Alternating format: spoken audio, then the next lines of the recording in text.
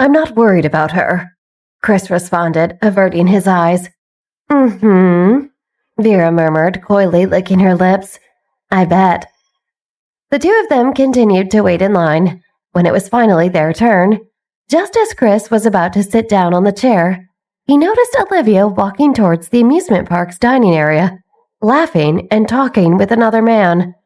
Please make sure your seatbelt is securely fastened, the loudspeaker repeated. Please place your phone and glasses in your pockets. High heels and sandals are not allowed. Olivia? Chris narrowed his eyes. He was stunned. What? Vera was taken aback. Your little wildcat? Yes. Chris quickly unfastened his seatbelt and stood up. I'm going to find her. Wait, Chris, we've been waiting in line for an hour, Vera protested. We can look for her after we finish this ride. No, you go ahead and continue. I'm not interested anymore, Chris said, making his way towards the exit. Hey! Chris! Hey! Vera tried to undo her seatbelt, but it was too late. The safety device had already locked her in place. Excuse me, can you please help me unfasten this? She asked a staff member. I've changed my mind and I don't want to ride anymore. Sorry, the staff member apologized, spreading his hands helplessly. Shit, Vera murmured, watching as Chris walked away. Suddenly, the roller coaster ascended. Ah! About 100 yards away, Olivia took a sip of the frozen lemonade slushies Jeff had just bought for the unseasonably warm day. What do you feel like having for lunch? What do you feel like? Jeff asked. Anything is fine. Olivia looked around.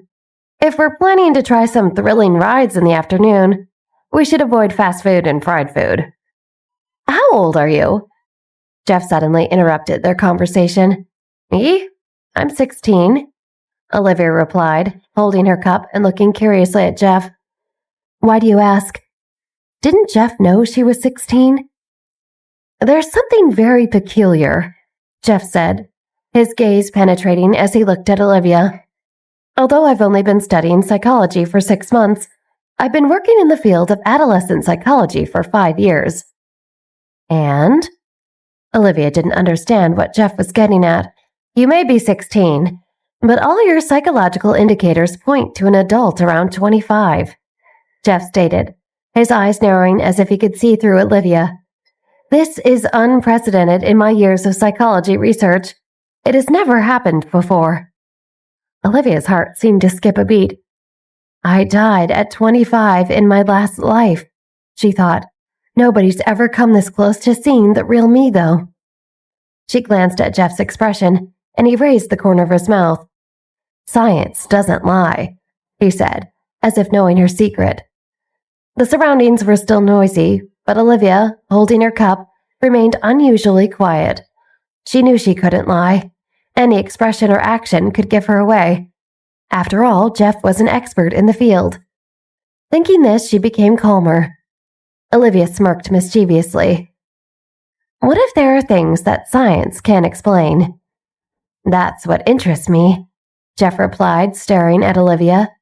He felt that this would be a fascinating research subject.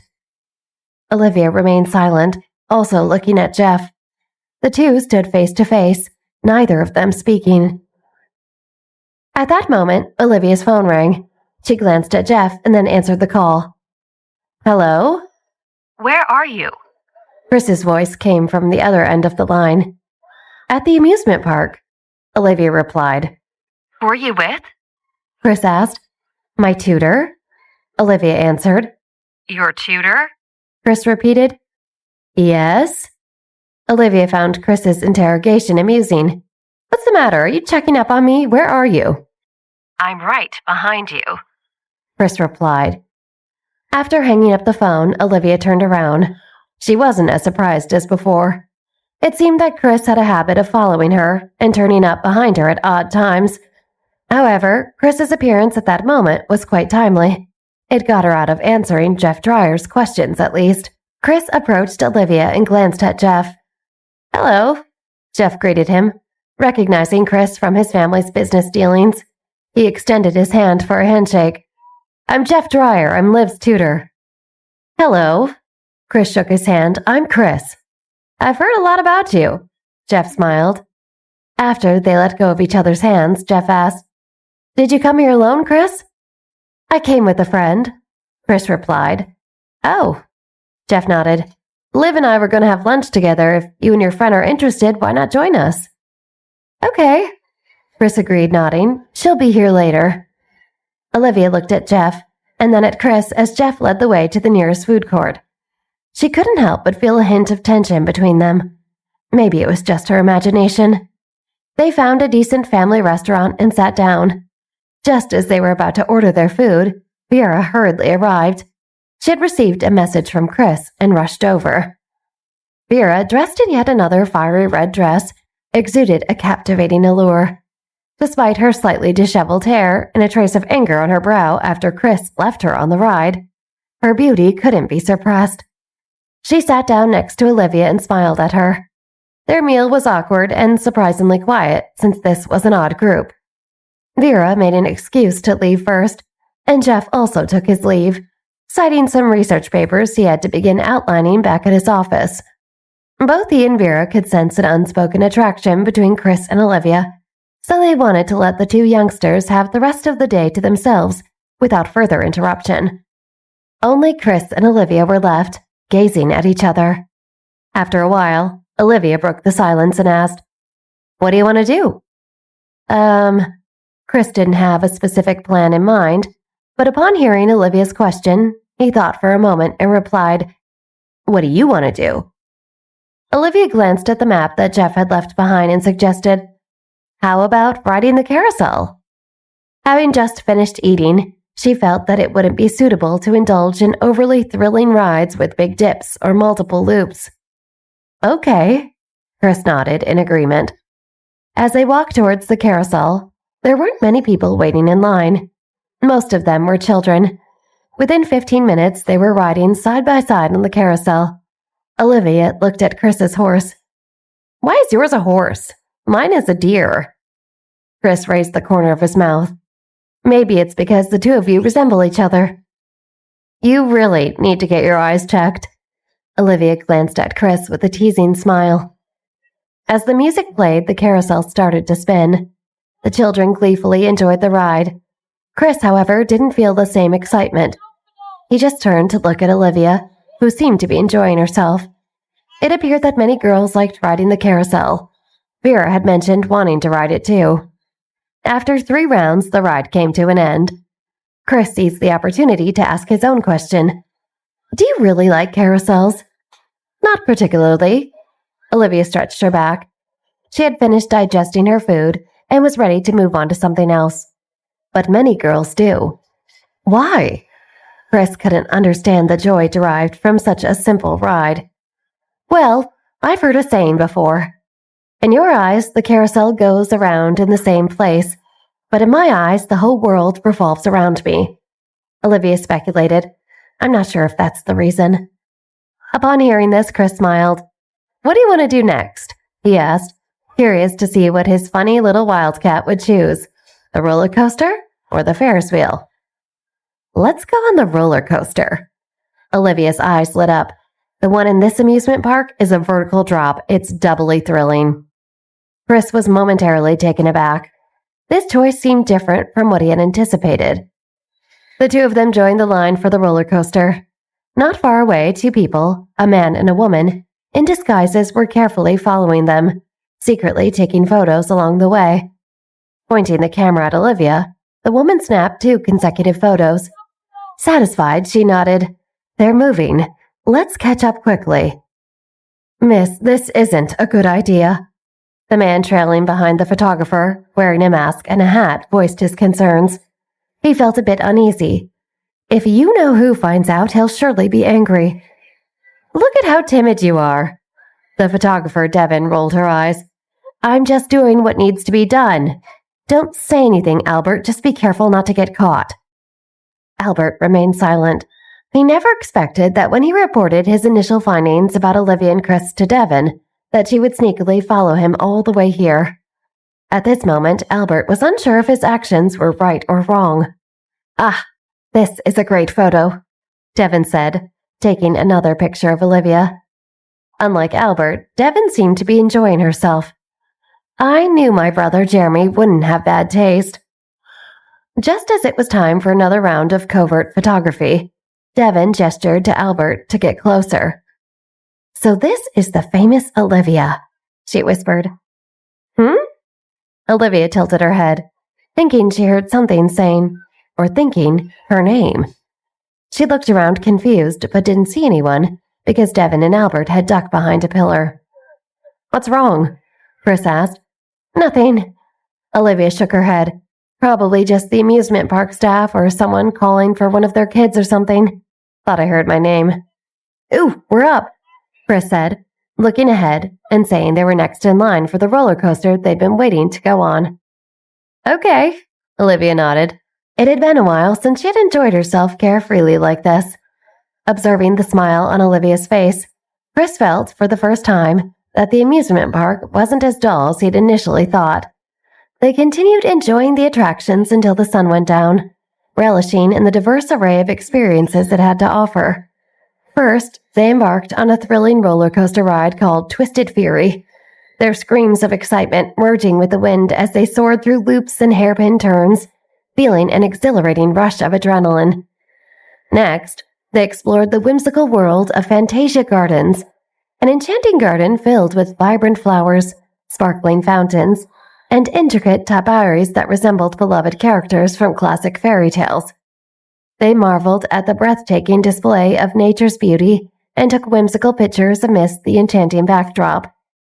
Seeking a change of pace, they ventured into the Haunted Manor, an eerie and captivating dark ride that transported them through a haunted house, filled with spooky illusions and ghostly apparitions. Their hearts raced as they navigated the twists and turns, feeling a delightful shiver run down their spines. Finally, they immersed themselves in the mesmerizing Aqua Spectacle Water Show, where talented performers showcased their synchronized swimming skills, accompanied by a dazzling display of water jets, colored lights, and captivating music. They watched in awe as the performers moved gracefully through the water, creating a spectacle that left them in a state of wonder. When they left the performance, they looked around and realized that the park's closing time neared. The park will be closing in 30 minutes. A man announced on the PA system. Please gather your belongings and proceed to the exits in an orderly fashion. Fireworks will be displayed in 5 minutes. We hope you had a wonderful time at Six Flowers Amusement Park today. Thank you, and we look forward to your next visit. "Let's go. I'll drop you off," Chris offered, his hands in his pockets. "No need. I'll call Morris to pick me up." Olivia waved her hand. "You also need to call Sven to pick you up, right?" The two of them joined the flow of people leaving the amusement park. Olivia stopped in her tracks, seemingly remembering something. She turned to Chris and said, "Oh, by the way." "Hmm?" Chris also halted and looked at her. "What is it?" "Happy birthday," Olivia smiled and said, "even though I didn't prepare a birthday present for you." At that moment, all the lights in the amusement park went dark. Then fireworks erupted in the night sky with a resounding whoosh. "Ah, fireworks! Look at the fireworks!" The children became excited at the sight. Just as the spectacle unfolded, a young boy ran into Olivia, causing Chris to swiftly grab her waist. "Be careful," he said, pulling her back. In that moment, he caught a glimpse of the slight panic in her eyes. With a smirk, Chris leaned in and kissed her cheek. The touch of his lips left Olivia momentarily electrified. She looked up at Chris. Bathed in the glow of the fireworks, he smiled mischievously. His gaze filled with the sense of mischief. He mouthed the words, "The gift? I received it."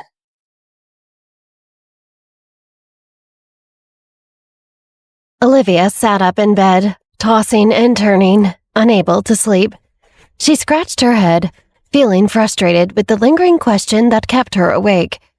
It seemed trivial, but it bothered her nonetheless. Should she consider Chris's cheek kiss as merely a courteous gesture, or harmless flirtation? Or was it something more? Was there something much, much deeper developing between them. But then she wondered, could someone really ask for a simple little cheek kiss as a birthday present? It felt strange and out of the ordinary. Olivia couldn't shake off the feeling of unease that it brought. She decided to get out of bed and look out the window at the morning sky. She ran her hand through her hair, trying to clear her mind. She scolded herself for losing sleep over such a trivial matter. She had more important things to worry about, especially regarding Jeff. Revealing her rebirth to anyone, especially Jeff, was out of the question. She shuddered at the thought of being subjected to experiments and tests. The mere idea was terrifying. What if he somehow knows I'm not merely a teenage girl? That I've lived as an adult before coming back to this form? She shook her head. No, there's no possible way he could know any of that. To anyone else, that would seem insane. Shaking off those thoughts, Olivia resolved to focus on her upcoming school day. She couldn't let these trivial matters distract her from her studies. I need to go to school, she reminded herself. With that, she quickly got ready and headed out, her small leather bag in tow. She had temporarily stopped carrying it after sending it for maintenance. She had heard that using a leather bag during winter could make the skin rough. She cherished that bag and took good care of it. At breakfast in the dining room, Michael was already present. "Are you off to school today?" he asked. "Yep," Olivia replied with a smile. "Ah, I see." Michael nodded. "Take care then." "Have a good day, Dad," Olivia responded. "Has Grandpa woken up?" "I think he's still asleep," Michael said. "He's leaving for London in 2 days and won't be back until much later in the year." "Grandpa seems to be very busy," Olivia remarked, noticing her grandfather's absence at home. "Yes," Michael nodded with a tinge of sadness in his eyes. "Although the company your grandpa started, Johnson's Foods, is headquartered in New York City, we have branches in the UK as well, especially in London. It's actually bigger than the headquarters in New York City. Your uncle is usually in charge of that location." "We have branches in London?" Olivia was taken aback. She had no knowledge of this. "Yes," Michael confirmed. There was a hint of melancholy in his voice. "That's interesting to know," Olivia said before checking her watch. "I should head out, but I love you," she waved, bidding her father farewell. After leaving the Johnson mansion and heading to Marshall High School, Olivia was stopped at the school gate. The long-haired girl who halted her looked her up and down, so Olivia asked, "Can I help you?" "Which class are you in?" the girl inquired, her gaze fixated on Olivia's school bag. There was a trace of resentment in her eyes, and she could tell she was thinking about how easily she could snatch her bag from her. "What does that have to do with you?" "Why are you into my class schedule, creep?" Olivia responded, sensing that the person had ill intentions. "Hey, who do you think you're talking to? I'm a senior, have some respect," the girl exclaimed angrily. She scrutinized Olivia from head to toe, feeling a sense of familiarity. "Aren't you the campus model from the Climate Initiative Gala?" She had seen Olivia's photo, so she recognized her instantly. Olivia finally looked more closely at the long-haired girl who had stopped her. She wore her ponytail high on her head and dressed in casual sportswear. She had a lean figure and handsome features. Based on her memories from her previous life, Olivia identified the girl as Christine Bonacci, a girls' soccer team captain and member of the senior class. She came from a prestigious family with ties to old money. Christine was always seen around campus with the student body's senior vice president, Danielle Kenny. Why would she suddenly single Olivia out? "Which class do you have the first period?" Christine inquired once again. "What does it matter to you?" Olivia retorted, looking directly at Christine. "Hey, why are you speaking to me that way?" The long-haired girl grew furious. Did this junior not realize how arrogant she was being? Christine furrowed her brows and glanced at Olivia's school bag. A few days ago, Danielle had expressed her dislike for the bag and wanted it destroyed. Olivia saw Christine's thoughts and mused privately. So that's who's behind this sudden shakedown. Olivia wanted to use her powers, but just when she began to muster them up, a group of seniors rounded the corner and entered the school gates. "Christine!" one shouted. They were other girls from the soccer team. "Hey, girl!" Olivia knew she couldn't use her powers in front of anyone because she wasn't concentrating hard enough and didn't want to hurt anyone else. But she vowed to teach Christine a lesson if she ever got in her way or bothered her again. She, and her friend Danielle too, apparently. So when Christine was distracted by her teammates, Olivia used the opportunity to head into her class building. "Are all junior students as arrogant as that girl?" Christine asked one of her fellow soccer players when she realized Olivia was already heading inside. "Who, Olivia?" another senior said. "Wasn't she the campus model or whatever? Maybe that's why she's arrogant." The girl beside Christine chimed in. "Do you all know her?" Christine asked her teammates. "I don't know her personally, but she's been quite popular in school recently. She's the junior class president," one of them replied. "So it's the same person," Christine muttered to herself. Christine turned around and headed towards her classroom as the first bell rang. The girl carrying the bag Danielle hates is the same person who's close to that Chris guy that stupid Drew Benke wants to be in the student union. Christine had to inform Danielle about this matter. Christine didn't like Olivia's attitude and didn't want her to get too cocky without being knocked down a peg. Inside the Arts and Letters building, Olivia had just entered the classroom and set her bag down when Adam called her to his desk. Resting his hands on the edge of the desk, she approached Adam, curious about the reason for being summoned. "Hey, Adam, did you need something?" "Yeah, listen, I just want to thank you for taking care of the class bonding event over the winter break," Adam began. "It showed real leadership and apparently everyone had fun." "No problem," Olivia smiled. Mostly it was Sam Feinstein who organized it, but Olivia just smiled anyway. As she walked back to her seat, she encountered Pamela, who was lingering near the door. "Pamela, are you addicted to eavesdropping?" What are you talking about?" Pamela blinked innocently. She had seen Adam calling Olivia over to his desk and had secretly eavesdropped, but she couldn't be blamed entirely. After all, Adam had been treating Olivia so favorably this year. What if he planned to show her special treatment or help her cheat? Pamela had to keep an eye on him. "Passing by, are you?" Olivia asked, amused. "Yes, I was just sharpening my pencil." Pamela forced herself to stay calm, puffing out her chest. "What's the matter?" "Nobody uses pencils anymore. We use our laptops. Do you just suddenly not like technology? Or are you just bored and need to focus on other people's lives because yours is so lame?" Olivia smirked. I...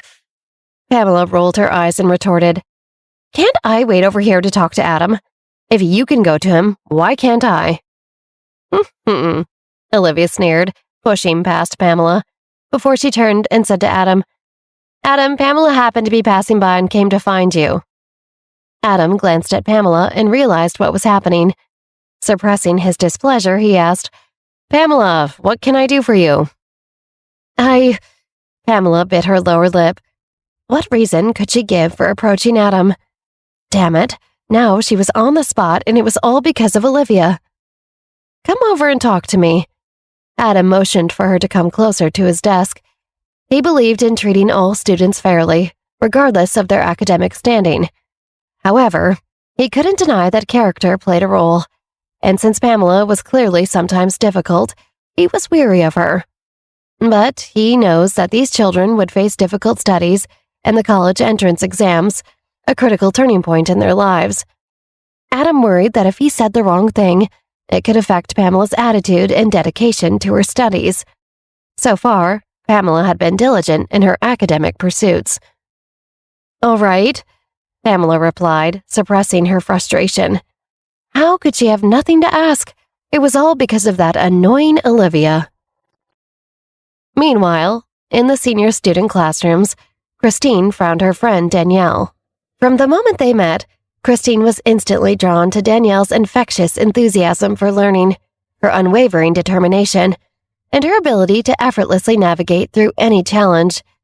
Danielle's intellect and grace inspired Christine to strive for greatness, igniting a deep desire within her to emulate Danielle's every success. From academic pursuits to extracurricular activities, Christine looked up to Danielle as a role model, cherishing their friendship and yearning to acquire the same qualities that made Danielle so remarkable. Today, Danielle exuded confidence in her attire, donning a chic coat over her uniform that showcased her unique sense of style.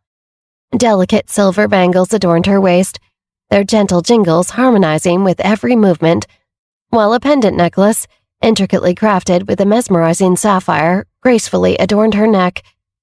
Danielle's lustrous mane cascaded down her back, its rich chestnut hue catching the light with every sway, accentuating the subtle highlights that danced amidst the waves. Her facial features were a testament to her natural beauty, with captivating eyes that held a spark of curiosity and intelligence. Christine couldn't help but admire her beauty and perfect style, and almost forgot she had come here to tell her something. "I saw that bag you wanted the other day," Christine told Danielle. "The one you don't like? It belongs to that junior, Olivia Johnson. She was the campus model. She's really cocky. She seems to really think she's special around here. Probably because she won the photo competition. I guess she's also the junior class president too. Pretty and popular." Danielle didn't like to hear this. She liked being the most popular, talked about, well-rounded girl in school. She puffed up her cheeks in annoyance. "I hate her," she declared, venting her frustrations. Christine made a mental note and assured Danielle, "I'll take care of it. I'll arrange for someone to handle the situation with Olivia's bag," Christine promised her friend Danielle, hoping to elicit some praise from her friend. "It's not just the bag," Danielle added, rolling her eyes. "Even her hair quality is better than mine. It's infuriating." Displeased, Danielle puffed up her cheeks once again, expressing her frustration. "Don't focus on her. Let me focus on her. You already have enough schoolwork coming up soon, and dealing with the junior year students can be quite annoying with your workload." "You're right," Danielle concurred, sharing her sentiments. She found the excessive assignments at Marshall High burdensome and looked forward to college. "Don't worry," Christine assured her. "I promise you, I'll make sure you don't have to worry about Olivia Johnson."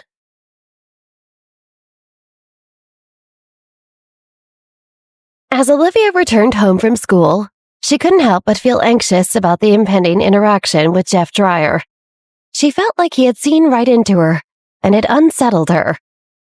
"Miss, we have arrived home," the driver Morris announced, but Olivia remained in the car, lost in thought. Morris gently reminded her to get out of the car. "Hmm?" Olivia snapped back to reality and nodded. "Oh, sorry, okay." Stepping into the living room, she spotted Jeff already waiting on the sofa, accompanied by Rachel and Monica. Rachel had her right hand wrapped in bandages and was seeking Jeff's advice on a book she held in her left hand. "Jeff, you're amazing. This question has troubled me for a long time," Monica exclaimed with a smile. She was well aware that Jeff was her sister's tutor. She couldn't help but wonder why Olivia, who seemed like an incompetent student, managed to receive such special treatment. "Monica, you should learn from Jeff," Rachel chimed in, her eyes lighting up. "His academic achievements are remarkable." "In that case, Jeff, can I ask you for help if I have any homework questions I can't figure out?" Monica tilted her head, widening her eyes, trying to appear docile. Jeff hadn't slept a wink the previous night and arrived half an hour earlier than usual. Little did he expect to be pestered by Monica as soon as he had arrived. He couldn't refuse her request, although his mind was somewhere else while going over her homework question with her. "Shouldn't you be asking your teachers at school?" Olivia interjected with a cold smile. Rachel and Monica's attempts to poach were not going unnoticed. "Good afternoon, Jeff." "Good afternoon," Jeff greeted back, his eyes also lighting up upon seeing Olivia. "Sister, how can you treat me like this?" Monica displayed a mix of joy and grievance, her eyes fixed on Olivia while directing her words toward Jeff. "You should continue," Olivia shrugged, addressing the maid standing nearby. "Please bring a plate of fruit to my room later." "Yes, miss," the maid acknowledged. "I'll go to my room." Olivia said, turning around and leaving. Wait a minute. Jeff stood up and nodded to Rachel and Monica. See you later. He followed Olivia, leaving behind Rachel and Monica, whose eyes were filled with hatred. They despised Olivia for interfering with their plans, and Jeff for not recognizing their true worth. Entering Olivia's room, Jeff asked her to take out her homework as usual. He selected a few question types for her to tackle first, allowing her to attempt them before providing his commentary. He delved deeper into the subject matter, offering detailed explanations and insights. Today's focus was Spanish, and Jeff's proficiency in the language made it a pleasant experience. They conversed in Spanish for the next hour, with Jeff believing that employing the language directly would aid Olivia's memorization of the otherwise mundane material. After correcting 2 mistakes in Olivia's past tense usage, the tutoring session concluded for the day. Jeff pushed the textbook aside and finally broached the main topic that had been on his mind before they got started with tutoring. So, I've been thinking about it since the other day. I've been studying the adolescent brain and behavior for my thesis, and I can't figure out what it is that makes you seem like such an old soul, Olivia, he inquired. Olivia took a deep breath, knowing that this moment would arrive sooner or later. There are many things that cannot be explained by modern science. Yes, Jeff said, carefully observing Olivia's expression. That's why I'm curious. I won't be able to give you a precise explanation because even I don't fully understand it, Olivia admitted with a shrug. I know, Jeff nodded. He could sense that Olivia's expression was sincere. Olivia understood that her 16-year-old body housed the soul of a person in her 20s, and she didn't dare underestimate his intellect. While Jeff had been reading her expression, Olivia had been reading his thoughts. He knew there was something special about her, even if he couldn't pinpoint what it was. They smiled at each other, feeling their connection deepen.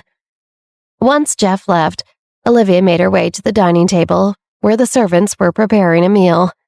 She sat down and began enjoying it in solitude. With Grandpa Jack absent from home, she was the only one present at the table, free to eat as she pleased. Her father, meanwhile, had left the mansion and drove southward. The entire time, he couldn't shake off the increasing annoyance he felt. Lost in his thoughts, he found himself unknowingly arriving at the entrance of the hospital back in Manhattan. What's happening to me? Michael wondered, staring at the city hospital in a daze. What had he been expecting? What had he been thinking? Letting out a long sigh, he muttered, I'm truly lost. A car honked behind him, bringing him back to reality. Glancing in the rearview mirror, he started the car again. Before driving home, he headed toward Olivia's school. Then he drove to the neighborhood adjacent to it and drove around for a while. Then he noticed a figure on the opposite side of the street. As if compelled by an unseen force, Michael turned his car around at the intersection and drove toward the bus stop across the road. Lowering his window, he said, Get in the car. Huh? Victoria was taken aback upon seeing Michael. Why was he here? What was he doing? I told you to get in the car. Michael frowned, his mind in disarray, not wanting to explain further. Desiree, who was a few steps behind Victoria, admiring a garden they were passing, suddenly glanced up at Michael and then at Victoria. She smiled. Is this Liv's father? He looks like her. Yes, Victoria confirmed. Who knows what he's up to? He asked you to get in the car, Michael interjected, his furrowed brows deepening. He really had gone crazy. Please get into the car, Desiree urged, concerned about the doctor's instructions for Victoria to be cautious that day. They had already been walking around the neighborhood for a while, and maybe that had been a little too strenuous after Victoria's surgery. I'll meet you back home if he takes you the last few blocks, Desiree assured her. You sure? Victoria asked. Yes, I love walking. Besides, it seems he may need to talk to you. Victoria overheard Desiree's reasoning and complied, opening the back door and settling herself inside the vehicle. You can join us too, Victoria offered, gesturing to Desiree. No. Desiree waved her hand, a sudden realization prompting her to change her plans. I just remembered that I have an errand to run elsewhere. You two go ahead and I'll see you back at home. With a smile, Desiree began to turn. Desiree! Victoria wondered if she should get back out of the car. However, before Victoria could make her exit, Michael swiftly stepped on the accelerator, preventing her from leaving. The luxury car demonstrated exceptional performance, its powerful engine propelling them forward while maintaining remarkable stability. Victoria, taken aback by the unexpected acceleration, found herself at a loss for words. "Stop the car! I want to get off!" she exclaimed. Observing Victoria through the rearview mirror, Michael couldn't help but raise the corners of his mouth. "I'll take you home," he insisted. "I don't need you to drive me home. I want to get out of the car," Victoria retorted, her gaze fixed on Michael. "I won't let you get out," Michael firmly said. You're truly—" Victoria's frustration grew, and after contemplating for a while, she finally scolded him. "You're being unreasonable." "Please just stay in your seat," Michael responded, his demeanor becoming more relaxed. "By the way, have you had anything to eat?" "Yes, I have," Victoria replied, her face turning red as her stomach growled. She couldn't blame herself for blushing when she hadn't even had a chance to drink water after work. It was her last day for a checkup, and she had asked Desiree to accompany her. Needless to say, she hadn't had time to eat. Michael chuckled. "Let me treat you to a meal." "No need." Victoria turned her head and declined. "I don't need your treat. I want to get out of the car." Her stomach growled again, betraying her true desires. Michael laughed once more. "You say you're not hungry, but your stomach keeps giving you away and revealing the truth." Victoria's face turned even redder. She muttered and scolded. "Honestly, the older you get, the more inappropriate you become." "Maybe, but you're hungry, so come on." Michael insisted on taking Victoria to have dinner. Considering Victoria's still recovering health, they opted for a yummy nutritional stew that would benefit her body. Although Michael wished to treat her, Victoria insisted on splitting the bill evenly. After handing over the money for her meal, she disregarded Michael. Michael couldn't help but feel both amused and exasperated.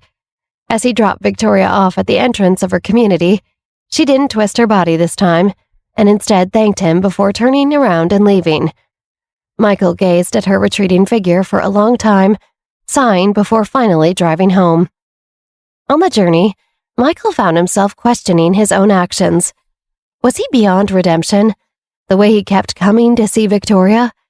He shook his head as his house came into view. 3 weeks passed, and Olivia immersed herself in her schoolwork, diligently reviewing her subjects one by one. Monica, meanwhile, went through 4 different tutors in that same time span.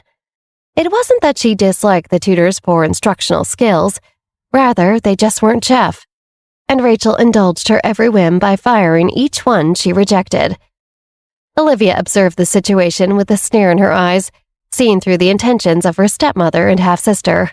Did they truly wish for Jeff to become Monica's tutor? Meanwhile, Chris had grown tired of witnessing Olivia and Jeff's private time every Sunday. So on the 3rd Sunday, when he called Olivia and she was with Jeff yet again, he finally exploded upon hanging up. "Vera, if I recall correctly, you were a top student in high school and college, right?" "Yes," Vera replied, lying on the sofa and flipping through fashion magazines while wearing a face mask. "What's the matter? Do you have any questions you need help with?" "Do you want a part-time job?" Chris raised an eyebrow. "Are you interested in becoming a tutor for wildcats?" "Does Olivia need a tutor?" Vera shifted her gaze from the magazine to Chris and asked. "Yes," Chris affirmed. "She will, once her current one goes away." "In that case, sure. Let her know she can contact me. Just tell me the time and place," Vera replied, looking back at the magazine. She would do anything to look after her younger cousin. "All right," Chris smiled and nodded, then went back to his room. He called Michael and informed him that his friend was interested in finding a tutoring job. He also provided Vera's resume. Actually, we do need a tutor over here, Michael said, appreciating the offer. Tell her to come at 4:30 in the afternoon the day after tomorrow. Thank you, sir, Chris expressed before ending the call. Michael sighed heavily after hanging up, feeling conflicted about the friend Chris had recommended. While Vera possessed knowledge, he hoped she would satisfy Monica. His youngest daughter had grown incredibly indulged, changing tutors 4 times in just 3 weeks. It gave him a headache. If this arrangement didn't work out, he might lose interest in intervening any further. With Monica's new tutor finally arranged, Michael tasked Ansel Parr with finding another tutor for Olivia, since Jeff would be returning to school soon to resume his studies, and Olivia was also facing more exams the following week.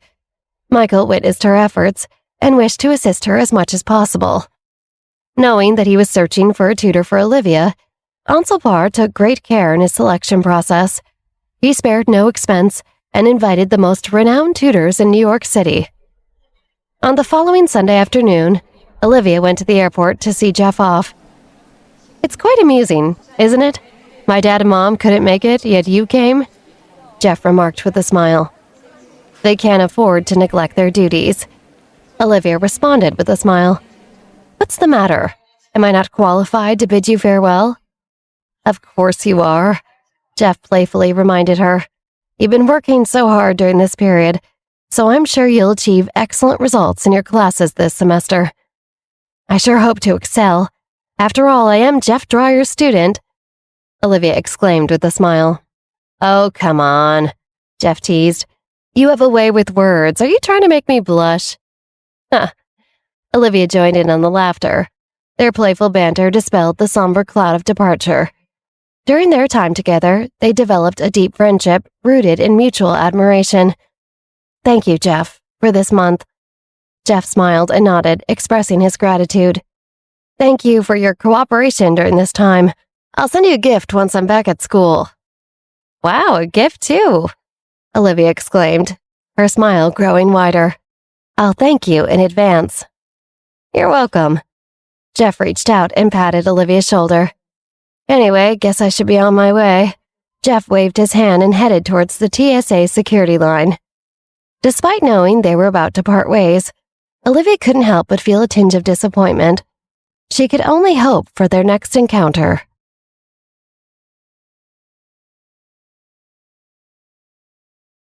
Upon returning home from school, Olivia wondered who her new tutor would be. She couldn't help but feel a twinge of nostalgia for Jeff, a capable tutor whom she deeply respected. Stepping out of the car at the entrance of the Johnson mansion, Olivia sighed, fully aware of the impending National Elite Student Competition and the need to apply herself in school more generally. As she entered the living room, her eyes fell upon a familiar figure seated on the sofa. Vera? Yep, Vera replied, waving her hand. Long time no see, Miss Johnson. Not too long, actually. Olivia recalled their encounter at the amusement park 3 weeks prior. Blushing at the memory, she swiftly pushed the embarrassment aside. Are you here as a guest today? Liv, do you know each other? Michael inquired, observing his daughter closely. This is your new tutor. Huh? Olivia was taken aback. Did Vera really come here to tutor her? Vera playfully blinked her eyes. I was temporarily appointed. Well, in that case, I'm honored. Olivia smiled, extending an invitation. Come to my room. Okay, Vera agreed, rising from the sofa and smiling at Michael and Rachel before following Olivia upstairs. I'm quite curious about your room. Don't get your hopes up. You might be disappointed, Olivia quipped, aware that her room held nothing out of the ordinary. In fact, it was rather drab and damp. Michael watched them, feeling a sense of satisfaction as they chatted and laughed. Undoubtedly, Olivia was the child who troubled him the least. Rachel, on the other hand, couldn't help but feel puzzled. What was going on with Olivia? How did she accept her tutors so readily? Rachel's unease grew, suspecting that maybe Vera possessed an extraordinary background. Honey, where did you find Vera? As a tutor, I mean. Vera? Michael began to explain. But before he could finish, Ansel Parr led the tutor who had been invited for Monica into the room. The man appeared to be in his 50s, of average height, wearing glasses and a suit.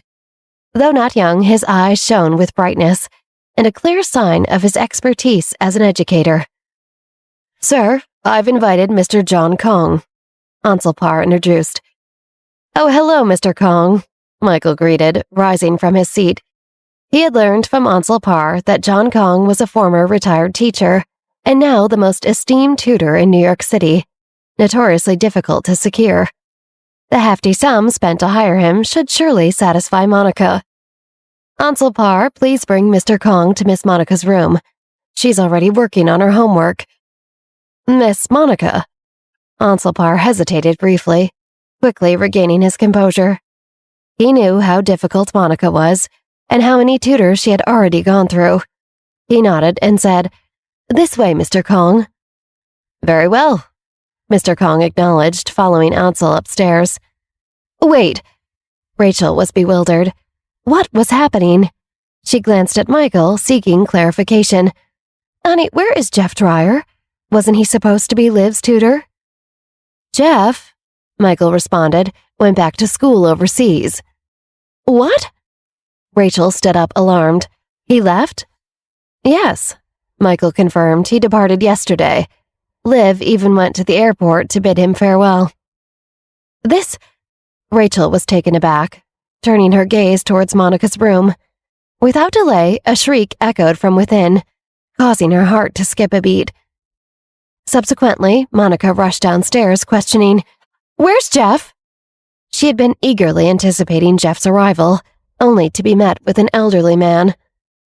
"Jeff returned to school," Michael replied. "This is the tutor we hired for you. You can address him as Mr. Kong." "I don't want to," Monica instinctively protested. "Father, why didn't you say anything when Jeff left? Why invite such an old-fashioned man? Just by looking at him, you can tell he's outdated. I doubt he can teach well. I only wanted Jeff to be my tutor." "Humph." Mr. Kong, who had hurried over, frowned and coldly snorted. "If that's the case, I'll take my leave now." He strode out, uninterested in engaging with someone who had insulted him so easily as Monica had. He was a proud, seasoned scholar and would not tolerate such treatment from a student. He had his principles and would not earn money under these circumstances. "Mr. Kong, wait." Ansel Parr hurriedly chased after him. "I've been a teacher for 30 years, and this is the first time I've been treated like this," Mr. Kong declared, unyielding. "I refuse to teach a Johnson family member ever again. Farewell." He departed without looking back. "Kong!" Ansel Parr lamented as he watched Mr. Kong's resolute departure. Inviting him had required substantial effort, but he hadn't anticipated Monica's audacity to drive him away so easily. "Monica, this is already the 5th tutor. What is it you want?" Michael's patience wore thin, exasperated by Monica's behavior. What was going on with her? Monica bit her lip in anger. She hadn't expected Jeff to return to school so soon. "I told you before, I don't want an old tutor."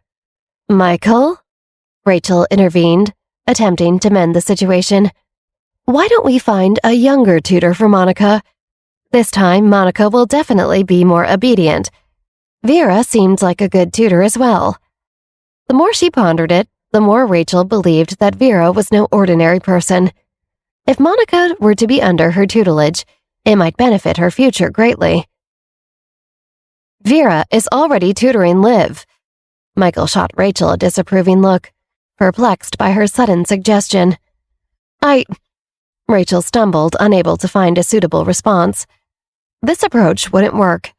After hesitating for a moment, Rachel realized that Michael was currently furious with Monica, so she advised Monica, "Apologize to your father and don't act so stubborn in the future." "Father, I'm sorry." Monica offered an apology, though she still felt aggrieved. Rachel had instructed her to temporarily relent. Eventually, Rachel would bring up the topic of hiring a tutor for her once more. "Fine." Michael's train of thought was disrupted as he turned to Monica. "Go back to your room. Mommy! Monica looked at Rachel and sought solace. Monica, go back to your room for now. Rachel conceded, aware that anything she said at the moment would only worsen the situation. But Monica's eyes welled up with tears. Dad, how can you be so biased? Why did Olivia get the good tutor? After voicing her accusation, she ran back to her room in tears. Michael chuckled, amused by the accusation of bias. After all this time, she still dared to call him biased. It was rather comical. Sweetie, Rachel cut in, about to voice her thoughts before deciding against it. I'll, go upstairs to check on Monica. Go ahead. Michael rubbed his temples wearily. His energy seemed to have been depleted. It always seemed to be around Monica. Dealing with her was so draining. After a while, he turned to Ansel. Ansel, what do you think? Am I biased? Yes. Ansel Parr nodded, confirming Michael's suspicion. Is that so? Michael forced a bitter smile. He believed that he treated Olivia quite well, fulfilling his duties as a father, and that he treated Monica just as well. You have indeed shown bias toward Miss Monica, Ansel Parr stated matter-of-factly.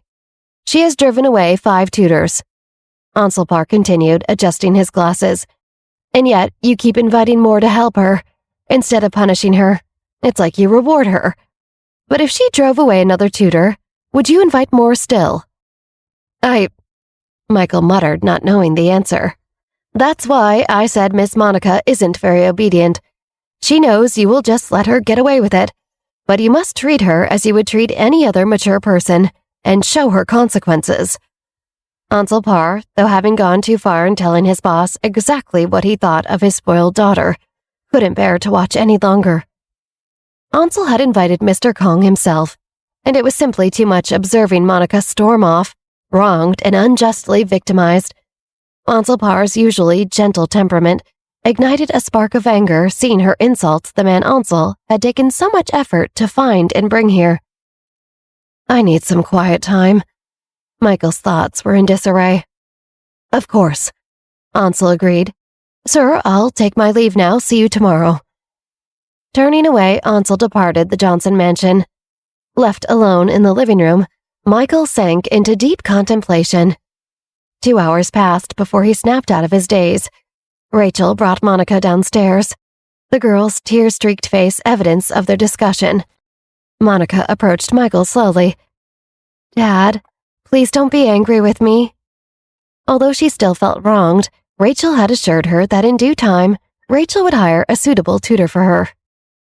All right. Michael's thoughts were interrupted as he turned to Monica. Apology accepted. Honey, Rachel interjected, attempting to smooth things over. You know Monica is just a child with a quick temper, but it's because she's so close to you. Right, Michael nodded, but in actuality he was realizing that perhaps he wasn't as close to Monica as he thought. Did he really know her that well beyond her temper tantrums? Was that the reason for their strained relationship? At that moment, a car horn sounded outside. It's so late, who could it be? Rachel appeared toward the entrance. Michael and Monica also turned their attention to the door.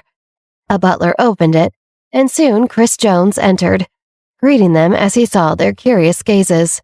Chris! Monica exclaimed in surprise. Why are you here? Chris, please have a seat. Michael smiled upon seeing Chris Jones entering his mansion. He knew Chris was here to pick up Vera with his driver, as they had arranged this previously. Vera was to arrive by Uber and leave with Chris, but Rachel watched completely ignorant to this, completely confused, thinking Chris had just stopped by unannounced to see Liv. That's odd, Rachel thought, and Michael seems to be okay with it too. Has Liv finished her tutoring? Chris asked, settling onto a sofa. Shall we have her and Vera come down for some coffee or tea maybe? Sure, Michael nodded. He knew Liv probably hadn't finished her studying, but he found it amusing how obviously much young Chris Jones liked his daughter, so he encouraged them to see each other. After all, it was good for business. Yes, sir. the maid replied to Chris, promptly ascending the stairs to fetch them. Shortly after, Olivia and Vera descended the staircase, engaged in animated conversation, evident by their laughter. The sight made Monica uncomfortable. A friend of Olivia is an enemy of mine, she thought. Apologies for the delay, Olivia smiled, acknowledging the tardiness. We got carried away with our conversation. Oh, wow, Chris, Vera greeted, waving her hand. Approaching them, she added, Didn't expect to see you there. Are you here to see your fiancé? What do you think? Chris chuckled. Of course. It tickled him to see Vera and Olivia together, two women he thought fondly of. Reading Chris's mind, Liv herself couldn't help but smile. She liked this feeling of being admired and of fitting in somewhere. She didn't want it to go away. Monica and Rachel were astonished when they witnessed the conversation between Chris and Vera. They exchanged subtle glances, their minds filled with confusion. What was happening? How did Chris Jones know Olivia's tutor? Since you're all here, let's have dinner together, Michael suggested. Oh, I can't, I have plans. Vera waved her hand dismissively. She didn't love eating dinner with rich families she didn't know well. Too stuffy and proper. Chris, do you have something to discuss with Liv, or are you just here to pick me up? If not, let's head out. All right, boss, Chris teased. Guess I won't be staying for dinner. Take care, Vera waved her hand at the Johnsons, ignoring her younger cousin. See you tomorrow, Olivia. Remember to complete the exercises I assigned. Yes, I'll do it after dinner, Olivia nodded. After bidding farewell, Vera and Chris left the Johnson mansion together. Rachel and her daughter were left completely dumbfounded by their departure. I'm so hungry, let's eat. Olivia skipped towards the dining table. Miss Olivia, don't forget to clean your hands. A maid presented a wet towel. Ah, thank you. Olivia picked up the towel and wiped her hands before taking her seat. Let's eat, Michael called out to the stunned Rachel and her daughter. Rachel pulled Monica to the dining table. Just as they sat down, Rachel asked, Wait, Michael, where did you find that tutor, Vera? I didn't find her. Chris introduced her to me. He said he knew her and wanted her to be a tutor. Michael picked up his fork and knife and took a bite of the food. What? Monica's voice immediately grew louder. Chris recommended her? Monica began to worry.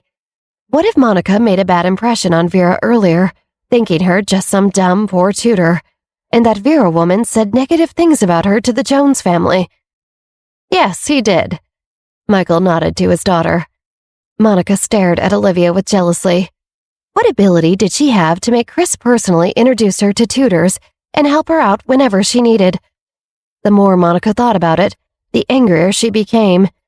She rolled her eyes and picked up her spoon to drink a few mouthfuls of French onion soup. But even if Chris recommended someone, is it necessary for him to come and pick them up personally? Rachel couldn't shake the feeling that Vera wasn't simply a tutor. She has ulterior motives for coming here, Rachel thought. She's too close to Chris. What if he sent her here to spy on us? Yes. Michael also found it strange as he looked at Olivia. They're cousins, but did they live together? Yes. Olivia put a piece of eggplant in her mouth and chewed it a few times before swallowing. She is Chris's older cousin. Ah, Michael said. Got it. Monica dropped the spoon in her hand into the bowl of French onion soup. What did you say? They're cousins? Vera is Chris's mother's sister's daughter.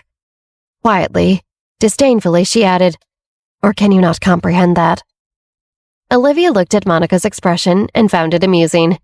It seemed that something interesting must have happened at home before she arrived tonight. Hearing Olivia's words, Monica felt a buzzing sound in her head as she tried to go over everything she said in front of Vera earlier. Had Monica said something she shouldn't have in Vera's presence? Had she thrown a tantrum? The words she uttered in anger were now a distant memory. There must have been something unpleasant, as her heart raced in an irregular rhythm. Her ears buzzed. That woman was actually Chris's cousin. Her throat felt dry, and Monica's whole body trembled. She realized she might have said something she shouldn't have. What should she do? Seeking help, she looked at Rachel, whose mind was also in disarray. Rachel placed her hand on the back of Monica's hand, signaling her not to panic, as she quickly thought of a way to remedy the situation. Observing the expressions and interactions between the mother and daughter, Olivia curled up the corners of her mouth. She enjoyed seeing them courting their own demise. It was highly entertaining. Vera's cold regard made Monica believe that Olivia must have badmouthed her to Vera. Otherwise, why would Vera ignore her? Olivia knew that Monica was unhappy with her, but she couldn't be bothered. In fact, she loved it. At school, Olivia tightly gripped the table, her mind in a trance as she stared at the scene before her. The voices of other students grew distant, and an unsettling feeling washed over her. Liv, how did you do on the final exams last semester? They're going to let us know the class rankings soon, Wendy said, entering from the neighboring hall, carrying her school bag. Suddenly, she saw Olivia's pale face and sweaty forehead. Wendy was taken aback. Liv, what happened? Are you okay? I don't know. Olivia's voice trembled. Are you experiencing low blood sugar? Wendy guessed. Have some water first. I bought a drink today. Wendy quickly took out half a bottle of Sprite from her school bag, opened it, and handed it to Olivia. Carbonated drinks are said to help relieve discomfort. Thank you. Olivia gratefully accepted the Sprite from Wendy and took a sip to calm herself. She did feel better, and the world around her returned to normal. Her hearing became clearer. She looked up at Wendy, who wore a concerned expression, and smiled. You're a lifesaver. Wendy's anxiety subsided. I'm glad you're all right. You scared me. Olivia chuckled. At that moment, Pamela appeared behind Olivia and Wendy. If you're just going to stand there, please move aside. Don't block the way for others. With so many paths to take, you insist on this one? Wendy looked at Pamela. Can't you see that Liv isn't feeling well? So, what am I supposed to do about it? Pamela rolled her eyes. Who knows if you're pretending to create trouble just to find an excuse for your poor grades? Pamela was confident she was going to rank high in her class once the class rankings came out. She had sacrificed sleep and even neglected her skin, all for the sake of outperforming Olivia in their final exams. She had to be in the National Elite Student Competition in order to make a name for herself. What did you say? Wendy's anger flared up. Pamela, don't go too far. Am I going too far? Pamela coldly snorted. You're the one blocking the way and still have the audacity to accuse others of doing something? Wendy wanted to call her out, but was stopped by Olivia. Let her pass. Olivia, her headache subsiding, urged. Pamela's continuous arguments only intensified her throbbing temples. She urged Pamela to move on. Wendy heeded Olivia's words and stepped aside. Pamela raised her chin haughtily and walked past them, heading towards the hall's exit. Look at her, Wendy exclaimed in frustration. So pompous. What are y'all talking about? Millie entered the scene carrying her school bag. I just saw Pamela. What happened? The usual. She came looking for a fight. She insisted I was blocking her way. Wendy snorted. She's really infuriating. Olivia recalled that in her previous life, Pamela ranked second overall in the English final exam. Since the first place was taken by Millie, Pamela had the opportunity to participate in the National Elite Competition. It was during that competition that Olivia first got to know that scumbag Mark DeLillo through Pamela. Millie rolled her eyes. Pamela has issues with her character. No matter how high her class ranking is, it won't amount to much if she continues being a mean girl her whole life. How dare she bully my friends? Pamela will be in big trouble before she leaves school today. Really? Wendy and Olivia exchanged glances and burst into laughter. How would I know? I just said that. Millie shrugged, and the three of them laughed together. Actually, that's not a bad idea, Olivia thought, scheming ways she could take Pamela out before she ever had to meet Mark DeLillo.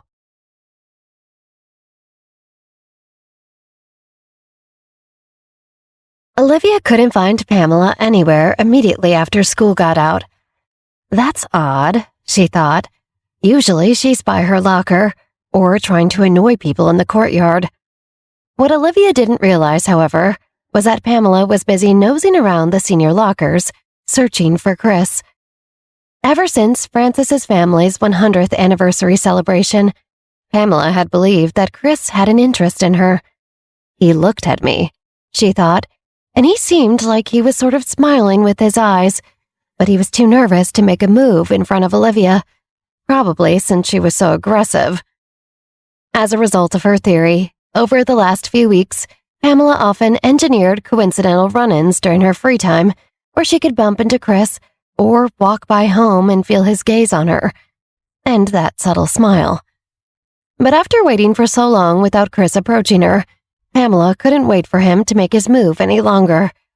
With no signs of him seeking her out, Pamela grew worried. If she didn't make a move now, the favorable impression she had built might fade away over time. Pamela was determined not to let that happen. She believed that if Chris already had a good impression of her, a single sentence from her would be enough to solidify their connection. So she wrote him a short letter, something to pique his interest, and then, when Pamela represented Marshall High School in the National Elite Student Competition, it would be hard for Chris not to completely fall for her. She refused to believe she couldn't win over the heir of the Jones family. With her mind made up, Pamela continued searching for Chris on campus. Then suddenly, she found him. He was exiting a nearby classroom in the senior locker hall. She immediately dashed over to him. At that moment, Olivia and her friends rounded a corner and made their way from the junior lockers toward the senior ones.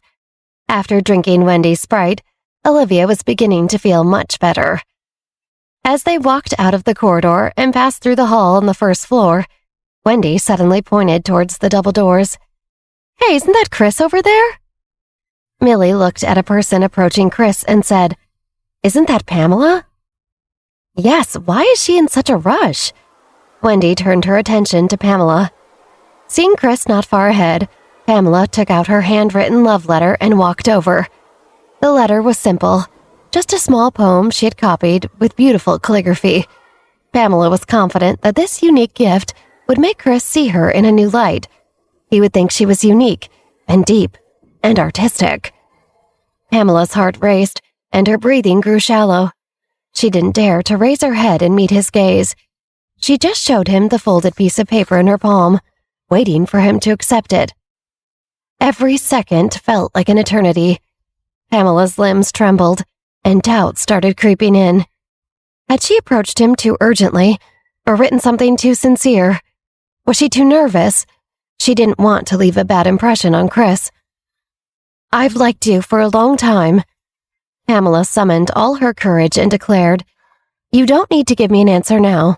I just hope you can accept this letter." Silence fell upon their surroundings. Olivia and the others, who were within earshot now, stared wide-eyed at the scene unfolding before them. Pamela felt her heart pounding, her breath caught in her throat. She didn't dare to raise her head to see his expression. She simply wanted Chris to accept her letter. Each passing second felt excruciatingly long. Pamela felt as if time had slowed down. Finally, she mustered the courage to raise her head and reveal her most perfect smile to Chris. But before she could do so, a familiar and gruff voice sounded in front of her. "Pamela?" Pamela froze in her tracks, her world shattering. How could this be? She raised her head and stared at the person before her, as if she had seen a ghost. Mr. Dickens' presence had caught Pamela completely off guard. She hadn't noticed his presence because she was so focused on Chris. She turned her head to the left and saw Chris standing beside Mr. Dickens, off to the side a little bit, looking at her. Pamela's mind went blank. She had only seen Chris in the hallway, but she hadn't noticed that Mr. Dickens was with him. In her nervousness, she had started looking down, unable to lock eyes with Chris, and she must have walked right up to Mr. Dickens. Seeing this, Chris assumed Pamela needed to talk to her teacher about something, so he stepped aside.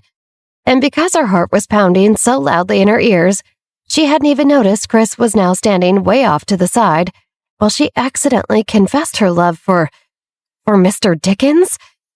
Her reaction seemed delayed due to nervousness and embarrassment. Mr. Dickens shifted his gaze from the name on the envelope to Pamela's face and said, This is very inappropriate to give me this, Pamela. I am a teacher.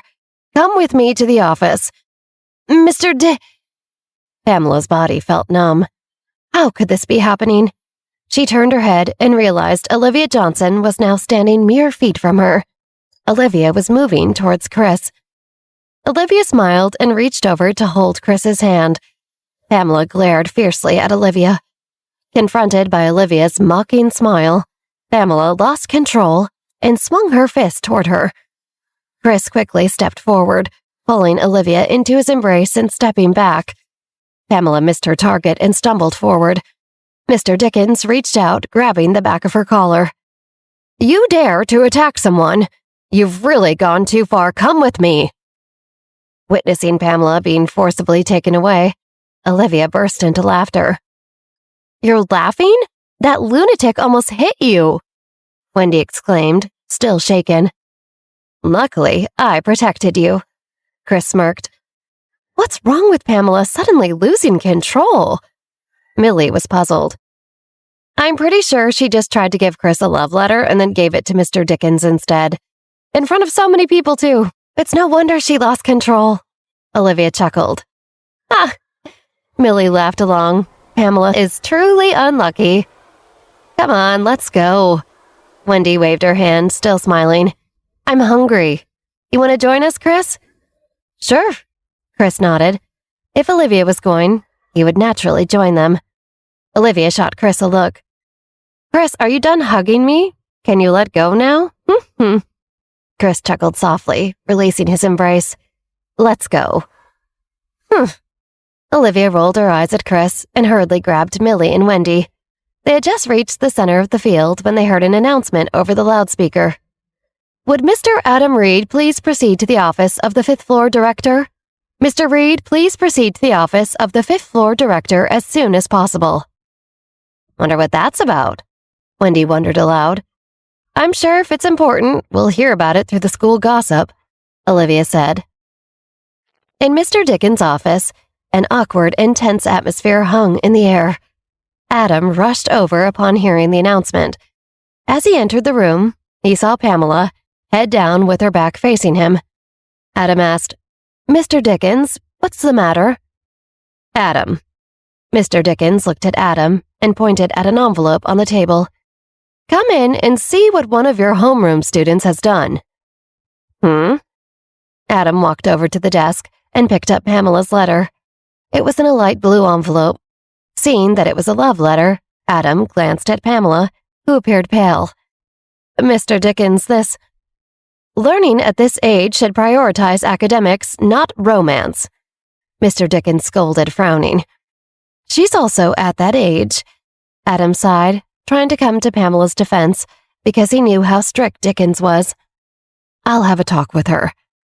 Look at what she wrote! Mr. Dickens furrowed his brow. Open it and see what nonsense she's written. I'm so embarrassed. I don't think that's appropriate, Adam declined. This is Pamela's private matter. I don't recommend opening it. Mr. Dickens snorted. He was the intended recipient of the letter. He couldn't bring himself to be embarrassed. Regarding her punishment, I will inform the higher-ups and deal with it accordingly. Understood, Adam acknowledged.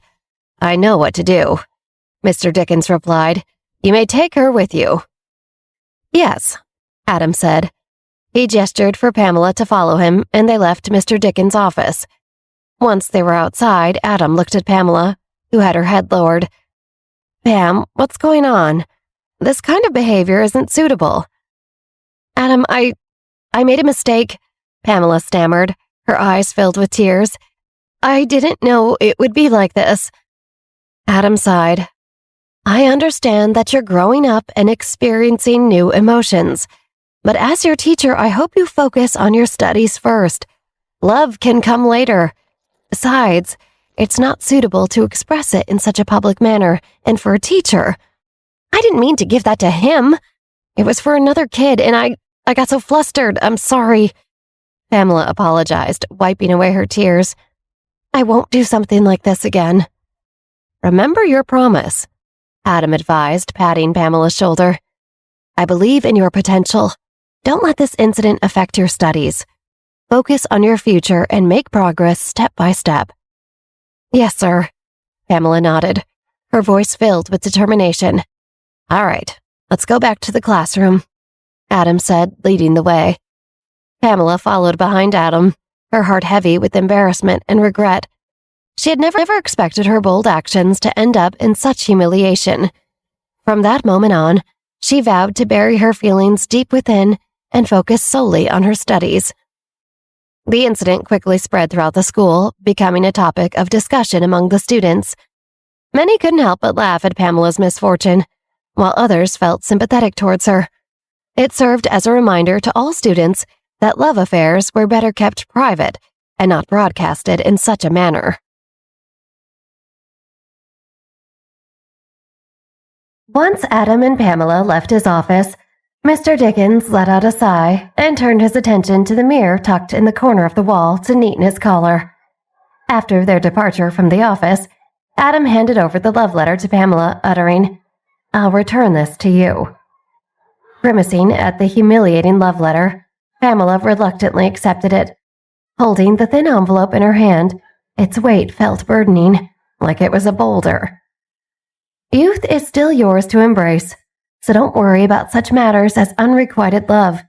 You're an exceptional girl, and college is brimming with good boys, Adam expressed sparingly, casting a glance at Pamela, who kept her gaze lowered. A deep sigh escaped his lips. Go home. Silently, Pamela turned around and made her way through the corridor until she reached a trash bin at the wall's corner. She paused, tearing the love letter into shreds and tossing it inside as if seeking solace. Pamela lifted her leg and kicked the wall twice, only to feel a slight numbness in her toes. Then she pivoted and exited the school building. By this time, most of the students had already left, save for a few lingering figures on the sports field. As their eyes fell upon Pamela, whispers circulated, recounting the scene they had witnessed earlier. The weight of their gazes bore down on Pamela like an unwelcome spotlight. Embarrassment swiftly transformed into resentment, fueled by the memory of Olivia's scornful laughter. Pamela directed all her hatred towards Olivia, determined not to let her live a pleasant life. Straightening her posture, she acknowledged her momentary lapse in judgment, vowing not to give up. The author of her destiny was none other than herself. She aspired to become a better person, to ascend higher. Humans were forgetful creatures. Soon, nobody would recall the events of today. A few days could wash away many things. Even if someone remembered, once her grades were announced, she would represent Marshall High in the national competition for elite students, distancing herself from any lingering associations, and people would look up to her again. People like her only mocked those weaker than themselves. She longed to live a superior life, to find greater happiness than anyone else. At that point, only those who admired her from below would remain. Today's ordeal would ultimately become a fleeting entry in her life story, forgotten by all. Even if someone remembered, she would wield such power that no one would dare utter a word. Olivia, Pamela suddenly thought. Pamela gritted her teeth, vowing to ensure Olivia's miserable existence in this lifetime. On the day she triumphed over adversity, Olivia would be the first target of her vengeance. Achoo! Olivia suddenly felt an itch in her nose and sneezed. What's wrong? Millie shifted her gaze from the menu. Do you have a cold? Yes, just a mild one. Olivia rubbed her nose and replied, The temperature has dropped slightly these past few days. Indeed, Wendy nodded. It's quite peculiar. In previous years, we would have already had snow by now. The weather forecast only mentioned rain, not rain and snow. Olivia chimed in. Olivia, remember to order a cup of soup later to ward off the cold, Wendy reminded. Sure, Olivia nodded, glancing at Chris. Chris, what brings you here to a gathering of girls? Funny, Chris smiled. Wendy said, "If it weren't for Chris protecting you today, you might have been attacked by that deranged Pamela." "I wouldn't mind if she got a beating," Olivia mumbled. "What did you say?" Wendy couldn't hear clearly. "Nothing," Olivia smiled. "Have you finished looking at the menu? Once you're done, let me have a look." "Sure, here you go." Wendy handed over the menu. Olivia took the menu, flipping through its pages. Beside her, Chris observed her profile, his gaze tinged with a hint of coldness. Wendy might not have heard Olivia's muttered words earlier, but Chris had caught them clearly. A flicker of concern arose within him. Engaging in such a reckless and perilous act like fighting Pamela in public couldn't possibly align with her values. Chris contemplated whether he should offer a warning or not. "I'll have the soup," Olivia told the waiter, unaware of Chris's thoughts because she continued perusing the menu, "and another large serving of Coke." "That sounds good," Millie nodded. "And what about Chris?" Chris snapped out of his thoughts and glanced down at the menu. Nonchalantly, he placed his order. "The club sandwich, please." "All right." The waiter jotted down everyone else's dishes and departed. "This place is truly delightful," Wendy remarked. "I came here with my mother and godmother a couple of days ago." "My mother and godmother were here too?" Olivia tilted her head. Due to her tutoring schedules and studies, she hadn't visited Victoria and Desiree in a while. "Yes, we thought of treating ourselves to some good food," Wendy explained with a smile. "Wait a moment. What are you two talking about? I don't understand." Millie looked at Wendy and Olivia, puzzled. "What about your mother and godmother?" "Basically, my mother is her godmother, and her mother is my godmother," Wendy clarified. "I see." Millie nodded.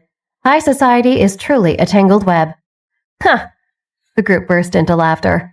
Then Wendy glanced out of the window. "Oh, look, it's Francis." "Invite him in," Olivia suggested. Wendy quickly hurried out of the restaurant. Chris, with a hint of dissatisfaction, questioned, "Didn't you say it was a girls' gathering? Why did you invite him?" Olivia could see Chris was wondering if she liked Francis. "I wanted you to have a friend so you didn't feel so alone," Olivia retorted, rolling her eyes and smiling. A waiter promptly added another chair to the table, and once Francis had placed his order, the group engaged in conversation. "What are you doing in the area, Francis?" Wendy asked.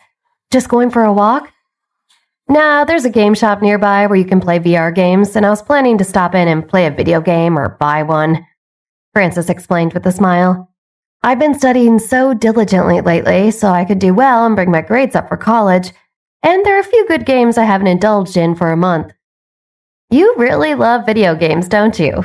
Wendy sighed. That was like his whole personality, she thought. "Yes, it's true love," Francis joked, making a heart gesture with his left hand over his chest. "Have you ever thought about going into, video game development as a career one day?" Olivia asked. "Yep, game design," Francis replied. "I'm really interested in game planning. I've loved games since I was a child. If given the chance, I don't think it would be a problem for me to personally plan and even successfully sell a game, no matter how old I am." "Game design," Olivia murmured, suddenly intrigued by an idea. "Francis, do you have any idea how much it costs to establish a video game company?" "It probably depends on the type of game, but I'm not entirely sure," Francis confessed, shaking his head. "Why, are you interested?" "A little," Olivia nodded. She remembered that the gaming industry had thrived in her previous life. She recalled reading news about a mobile game that earned hundreds of millions of dollars per week. "What if we give it a try together?" Francis felt a surge of excitement. "We can start by developing a small game just for fun. There are numerous platforms available nowadays, and I hear about regular people starting apps out of their basements all of the time." "That sounds very interesting." Wendy blinked. She seemed to want Francis to notice her. "I played this game called Orange Light. It's really fascinating." "I don't play online games," Millie shrugged. She was too focused on school. "I don't play games either." Chris shook his head. He looked like he was trying to put Francis's hobby down. "Liv, what kind of games do you like?" Francis asked. Olivia realized that the only game she had played in her previous life was the one she had already shown Francis how to beat. "Action games. Then, shall we create an action game? Frances proposed. What about websites, clients, PS4, VR? Personally, I'm inclined towards VR games. It seemed like the most promising technological venture. Wendy clasped her hands together. I'm looking forward to it. Don't get too ahead of yourselves, Olivia cautioned, pouring cold water on their excitement. Let's look into how realistic this is first. We've still got high school to deal with, she joked. And I have a revenge list to get back to, she thought. But I've been so distracted. She hadn't realized when she first got back how much her daily life would get in the way of what she thought was once a simple mission, to take things back and hurt those who had wronged her so she could get rid of them. That's true, Frances conceded, his shoulders drooping slightly. From what I know, the production cost of League of Legends is $18 million, and that's just for a client-based game. 18 million? Wendy's eyes widened. That number was beyond her wildest dreams. When the time comes, why don't you present me with a detailed plan of what you want to do? And if it looks good, maybe you and I go in on it together with our parents' investment help, Olivia suggested, maintaining her optimism. She liked the idea of making her father proud with an entrepreneurial opportunity. Sure, Frances agreed. The thought of playing games and realizing his dreams with Olivia filled him with a surge of passion, as if his body was brimming with boundless energy. After a while, the waiter served them their dishes. As they indulged in conversation, they relished their meal with evident delight. After their meal, they each returned home. Chris had originally intended to have a private conversation with Olivia, but noticing her preoccupied demeanor, he chose not to say anything and merely said goodbye. Upon arriving home, Olivia could hear the laughter of her grandfather and Michael, even before entering the front door. As she turned her head, she noticed several unfamiliar cars parked in the courtyard. Wondering if they had guests, Olivia thought, could there be some visitors? How long will you be staying this time? She heard her father, Michael, ask someone. We can be here for a while. The man's voice emanated calmly, his speech unhurried yet comforting. It's good to see you again.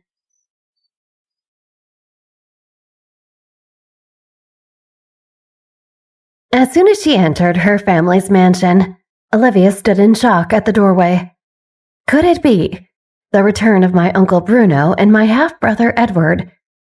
She approached, fixing her gaze upon the two strangers seated on the sofa. The elder gentleman bore a remarkable resemblance to Michael in both age and facial features. However, he appeared younger than the man Olivia had glimpsed in the gourmet magazines. Clad in a casual suit, he exuded an air of relaxed amiability. Seated next to Bruno was a young man who could only be Edward, her junior by a few years. His features were still in the process of maturing, yet he possessed a striking handsomeness. A faint trace of Rachel lingered in his countenance, too.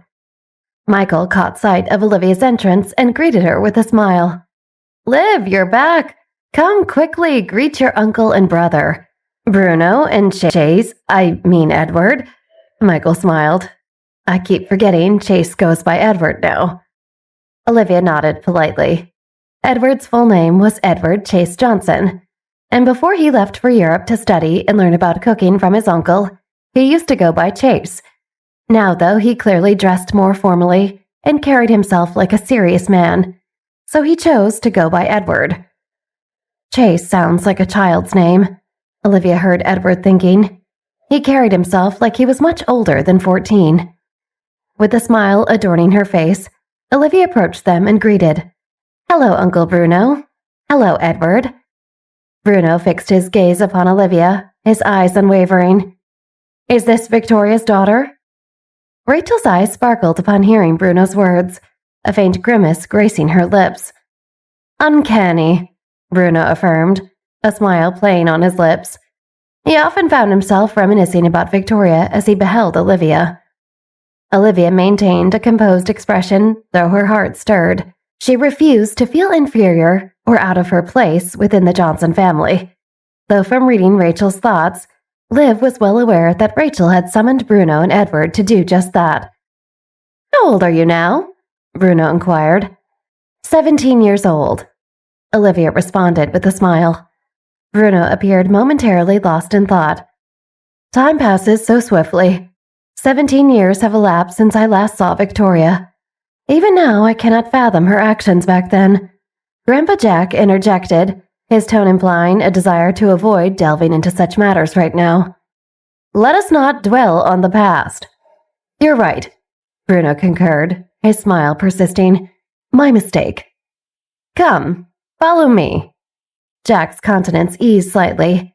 Now that everyone is back, we can have the kitchen prepare a meal. We should all meet in the dining room once your things are put away. Ladies, help them with their things. Yes, sir. The housekeepers attending to the new arrivals promptly responded before departing for the kitchen and the guest bedrooms. Wow, Monica rolled her eyes at Olivia. Could you have been any later getting home today? We've all been waiting for you to eat. Olivia scrunched her nose. She couldn't tell her family that she had already eaten, especially now that she knew they had been waiting for her. But she had clearly informed them of her plans to eat with friends earlier. She had even called and let one of the maids know she wouldn't be home for dinner. Damn it, she thought. It seemed that maid who answered my call must have told Rachel my plans, and Rachel didn't bother to tell my dad. Classic Rachel, always trying to make me look bad. Come on, everyone, let's eat. Jack called out from the dining room impatiently. Soon everyone congregated together in the dining room. Olivia removed her school bag and handed it to the maid before joining the group. As she approached the dining table, she noticed that the seats were already occupied, and Edward had taken her place. The scene carried a bitter irony. Concealing her disappointment, Olivia subtly curled her lips so she looked completely unfazed. I'm famished, Bruno complained with a smile. The food on the plane today was abysmal, barely fit for human consumption. You've always been fastidious with your words since childhood, Jack remarked with a half sigh, half relief. Today I am eager to savor the culinary skills of the chefs in this house. These dishes are all my favorites.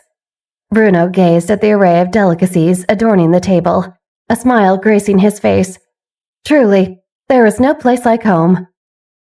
Liv, why are you still standing? Michael, seemingly the only one concerned about her predicament, was the first to notice. Someone bring a chair for my eldest daughter? Certainly, the maid promptly responded. It's entirely my fault, Bruno said with a frown, starting to stand up. Edward and I haven't returned for so many years, and yet we managed to cause trouble for the family the moment we come back. Michael smiled and reassured him. What are you saying? You didn't do anything. Relax and stay where you are. But that means Liv won't have a seat. Bruno looked at Olivia and said, Don't hold it against your uncle.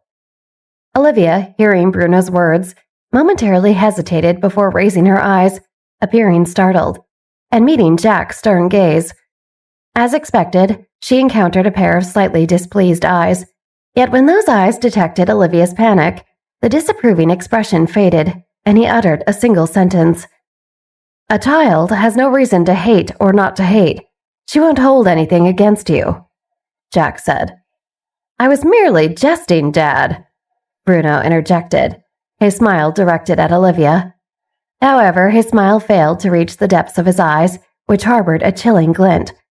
Olivia, well aware of the blatant provocation, chose to accept it with a gracious smile as she took another seat further down the table, away from her father. She knew Rachel had intentionally arranged for this to happen. I hope the jet lag isn't too bad, Rachel told her brother-in-law. Bruno's eyes lit up as he looked at Olivia, offering a smile. Not too difficult at all. Returning to one's home can never be arduous, no matter the distance, or time, or jet lag. It's always worth it. This Olivia is certainly a captivating individual, he thought, watching her. The resemblance to Victoria was striking. But I'm not as nice as my mother, Olivia thought. Besides Olivia, as she looked at her uncle, her half-brother Edward cast her a glance filled with disgust. Olivia discreetly observed his thoughts as she watched him from the corner of her eye, too. Interloper, Edward thought. You'll be out of here soon. With a smile on her face, she partook in the meal, though she had already eaten dinner earlier and had little appetite remaining, She took only a few bites before ceasing her consumption. Michael inquired, "Is the food to your liking?" "It's barely passable." Bruno frowned, patting Michael on the shoulder. "Brother, you see, no matter how delicious the food may be, it won't taste good to me. Every dish that enters my mouth automatically becomes an ingrained cooking procedure in my subconscious. It's an occupational hazard, something that cannot be changed in this lifetime." Laughter resonated around the table in response. "Is learning from the best chefs in the world fun?" Monica asked eagerly, her spirits high. "I can imagine it is." "Has its moments." Bruno's eyes lit up. "There's a certain thrill in surpassing your peers and leaving them in the dust. Otherwise, it wouldn't be as enjoyable." As Bruno spoke, Edward froze. "It's not the same as before," Jack sighed, shaking his head helplessly. "Loyalty is a scarce virtue these days. Back in my day, people remained true to their families. In times of trouble, they stood united. When mistakes were made, they collectively bore the consequences. But nowadays, people seem to revel in the misfortune and punishment of others." "Well, I can't speak to that, but I'm just focused on taking good care of Edward." Bruno smiled. "How is Monica's culinary prowess?" Rachel smiled and shook her head. "She only possesses basic skills." Monica chuckled, playfully sticking out her tongue. "And how about you, Liv? You a big cook?" Bruno inquired, turning his attention to Olivia once more. "I know how to prepare a few home-cooked dishes," Olivia replied. "I see." Bruno nodded thoughtfully. "Well, I plan to take on another disciple next year. It would be advantageous if you were to select someone from our family, you know." "Really?" Monica's eyes sparkled, her excitement for life in Europe evident. Above all, she yearned to become a master chef's disciple and bask in the world's admiration. "Indeed," Bruno smiled, shifting his gaze between Monica and Olivia. His restaurant empire was expanding rapidly, and he was always looking to find additional helpers he could trust, who would maybe one day take over. Originally, he hadn't intended to recruit from the Johnson family, but now that he pondered it, it didn't seem like a bad idea. If Monica were chosen, Rachel could finally relax, free from concerns about Olivia outshining Monica. If he selected Olivia, she would undoubtedly have to leave the mansion, and Olivia's scheming nature, which Rachel gossiped to him about, could potentially prove beneficial to him.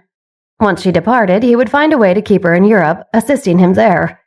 Similar to Edward, she would return home every few years. Then Rachel needn't worry about her causing any upheaval. Moreover, he bore a 17-year-old debt to Victoria. It would be disingenuous to claim that he harbored no guilt. Yet in recent years, he had grown increasingly indifferent. Such was life. One had to be ruthless to secure a better future. "Are the two of them capable?" Michael smiled, waving his hand dismissively. "They're so young and focused on school in the States. They haven't been training alongside you for a while as Edward has. It's best not to have high expectations." "Dad," Monica protested, her tone a mix of coquettishness and irritation. "What if I want to be with my brother in Paris?" Edward felt a twinge of discomfort upon hearing Monica's words. He still struggled to adapt his newfound surroundings. Having left home at a young age, years of separation had eroded any semblance of familial affection. Olivia remained silent, merely observing the expressions of those around her. She had no interest in becoming her uncle's disciple, let alone leaving New York City at this time. Her aspirations lay in collaborating with Francis to establish a game company at the moment, and of paying back Rachel and Pamela and everyone else who caused her pain. "If you're willing, I'll personally teach you how to cook this week," Bruno nodded, stating, "Once I depart, all of you can diligently follow the methods I teach you to train. With that, you'll have a higher chance of being chosen to come train with me in Europe, if you'd like." "Is that truly possible?" Monica's eyes sparkled, brimming with an anticipation for a life in Paris. Of course, her greatest desire was to become so talented and world-renowned in something, and have Olivia grovel at her feet. "Absolutely," Bruno smiled. He might as well choose one of his nieces or nephews as the heir to his empire one day. "Great!" Monica exclaimed, her small fist raised, her excitement palpable. Bruno turned his gaze to Olivia. "What do you think? Would you be interested in being one of my mentees too?" "Thank you for your kind offer, Uncle," Olivia smiled. "However, I need to focus on my studies this year. For colleges." "That's truly a shame," Bruno sighed, smiling wistfully. Truthfully, he held greater optimism for Olivia than Monica. She seemed more resourceful and less emotional, based on what Rachel had told him. "Everyone harbors their own ambitions," Jack remarked, observing Olivia.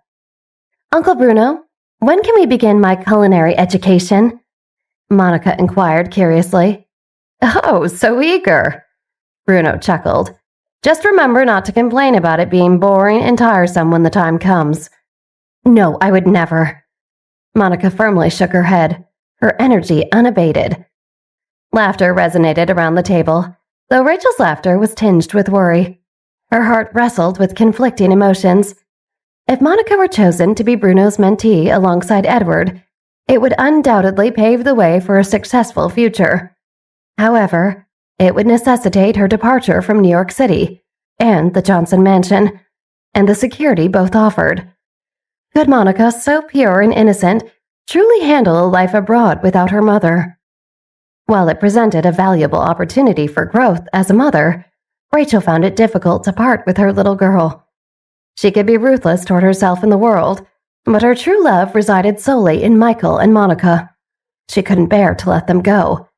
But she trusted Bruno implicitly. Even if everyone else betrayed her, she believed he would never do so. Monica regarded Olivia with a smug smile, tilting her chin defiantly. Her eyes brimmed with provocation, while her smile exuded arrogance. Olivia chose to ignore the display, simply remarking, "I am full and have to get to my homework. May I please be excused?" "All right, off you go," Michael nodded. "Just don't study too late." Once Olivia was out of the room, Bruno remarked, "What a diligent child." After observing the father-daughter interaction, his gaze then shifted to the jealousy present in Rachel's eyes, which were dark with envy. She hated competing with Olivia for her husband's attention.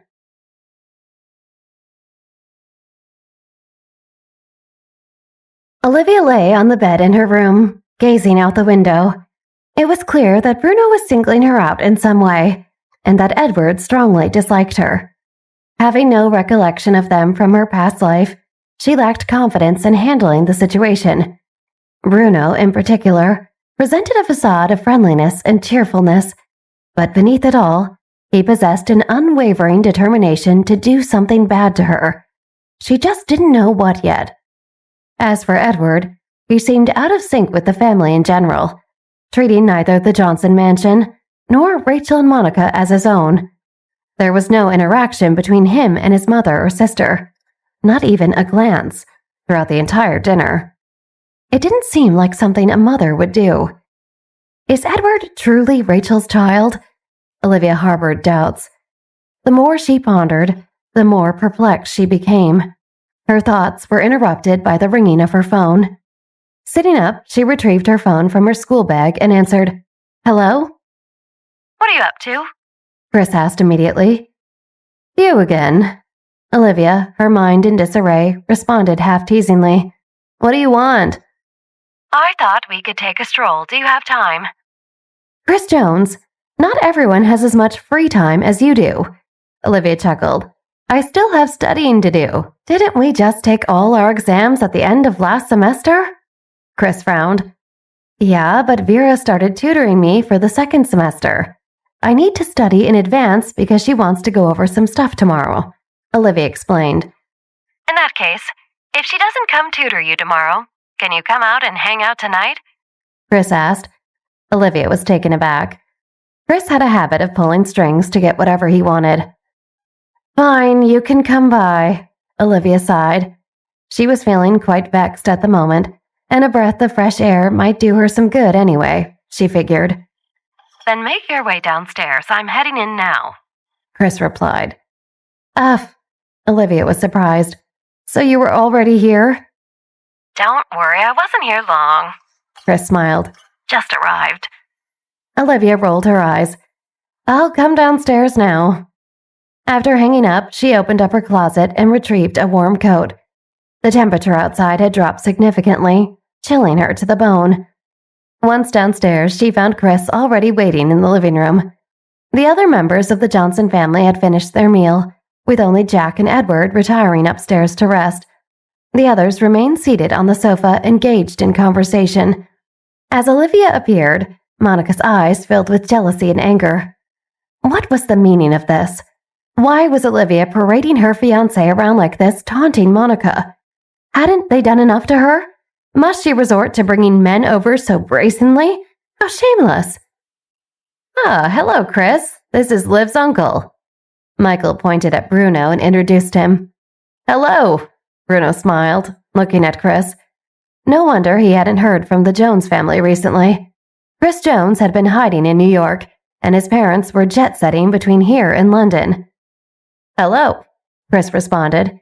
He felt a sense of familiarity when he looked at Bruno, but couldn't recall where he had seen him before.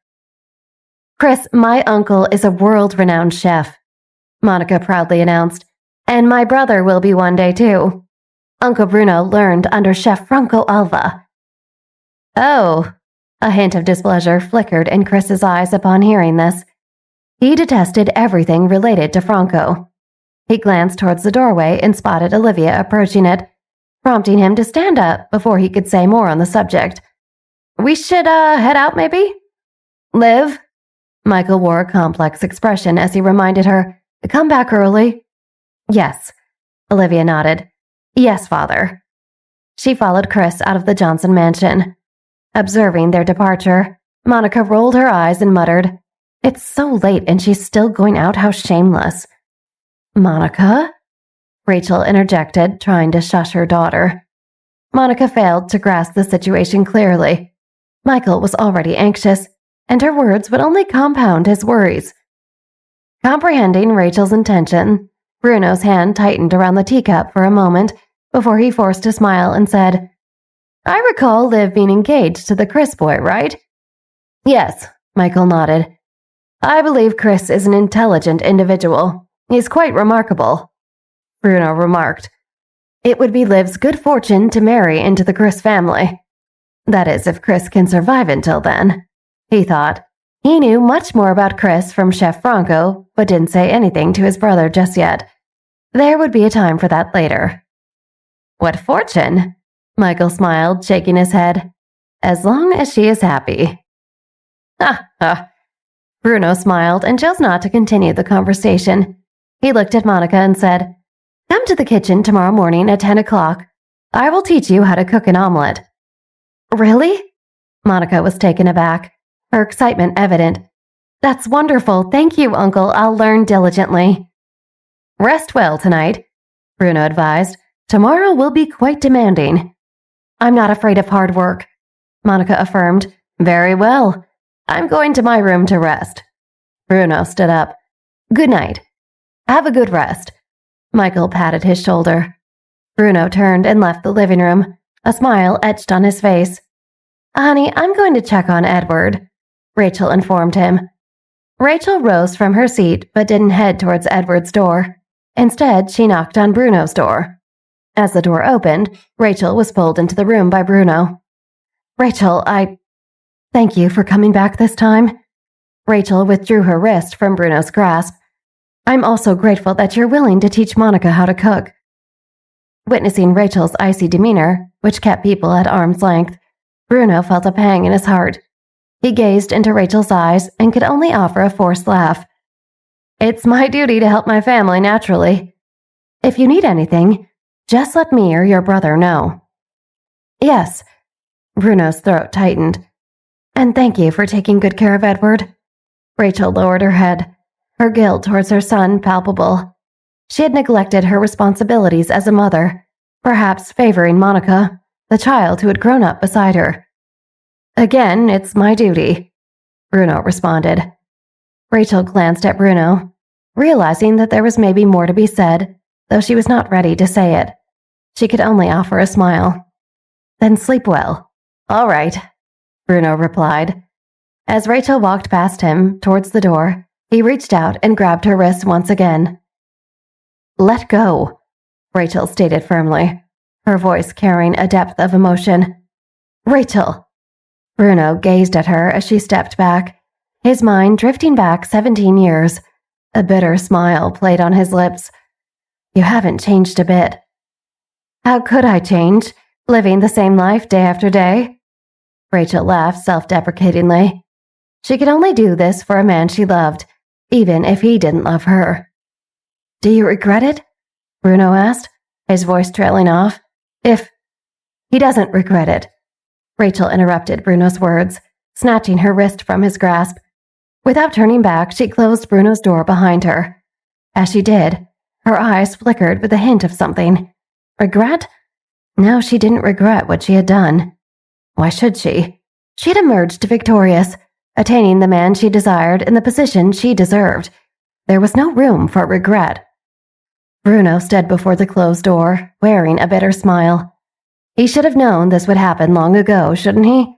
He too had grown older, no longer the young boy he was 17 years ago. Back then, he had been infatuated with Rachel, and that infatuation had led him to do things he shouldn't have.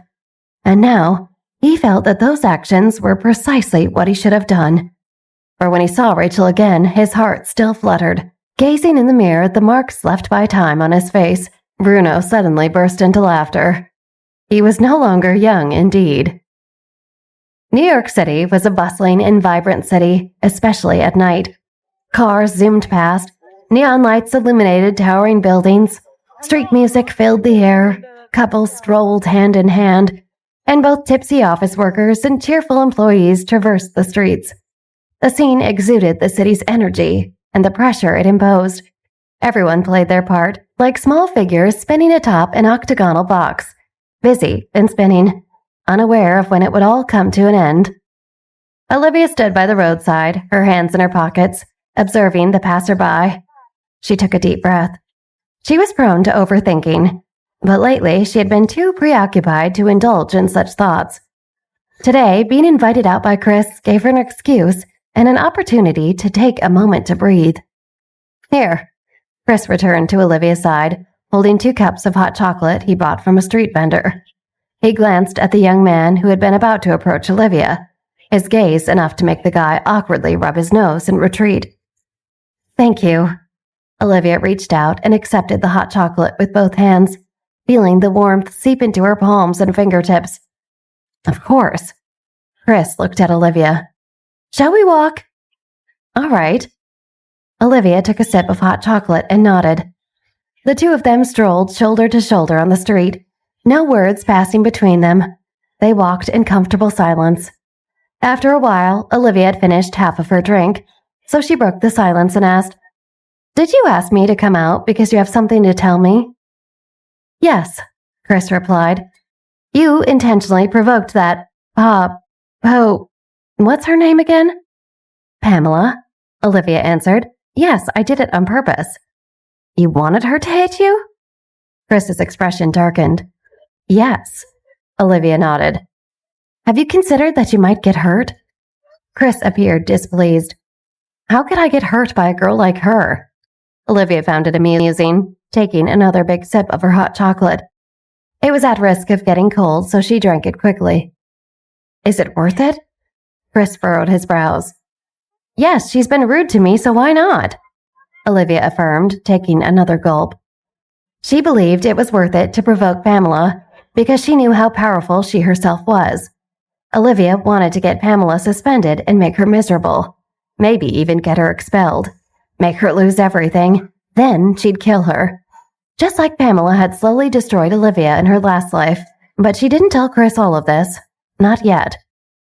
"It's not worth it." Chris clearly wasn't pleased with Olivia's response.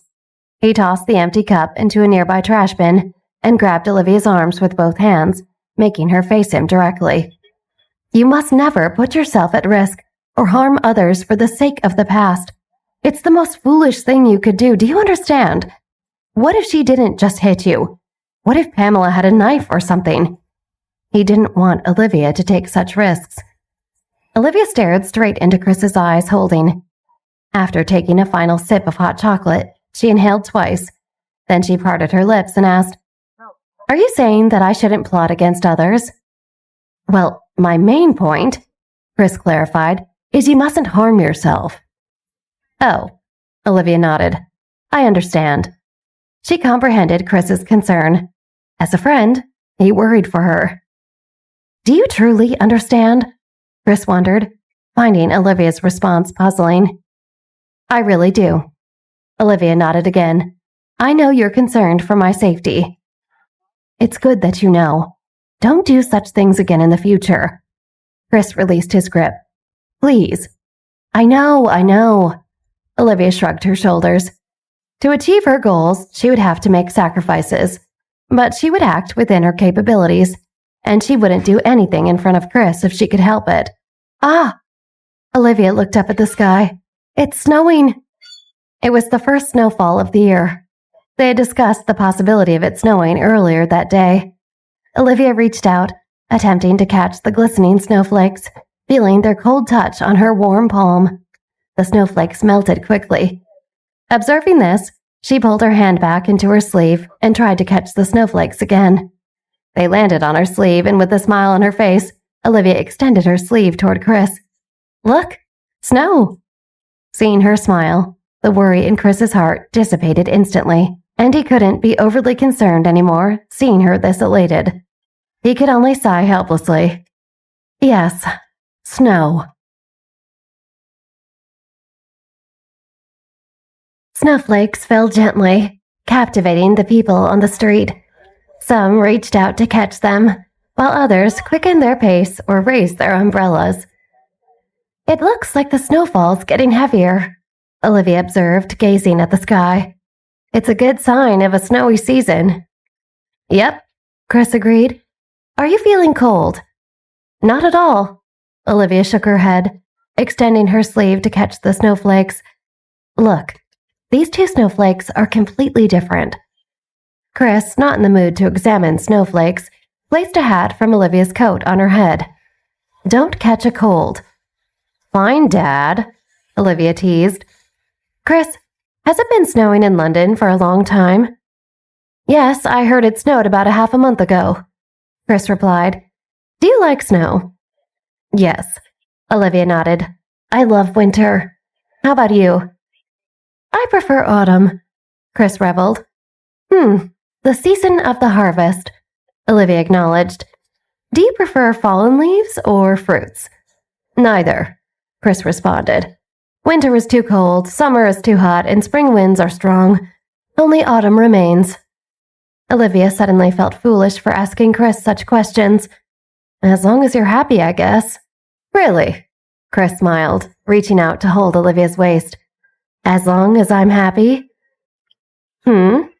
Olivia was taken aback and immediately thought of the day at the amusement park.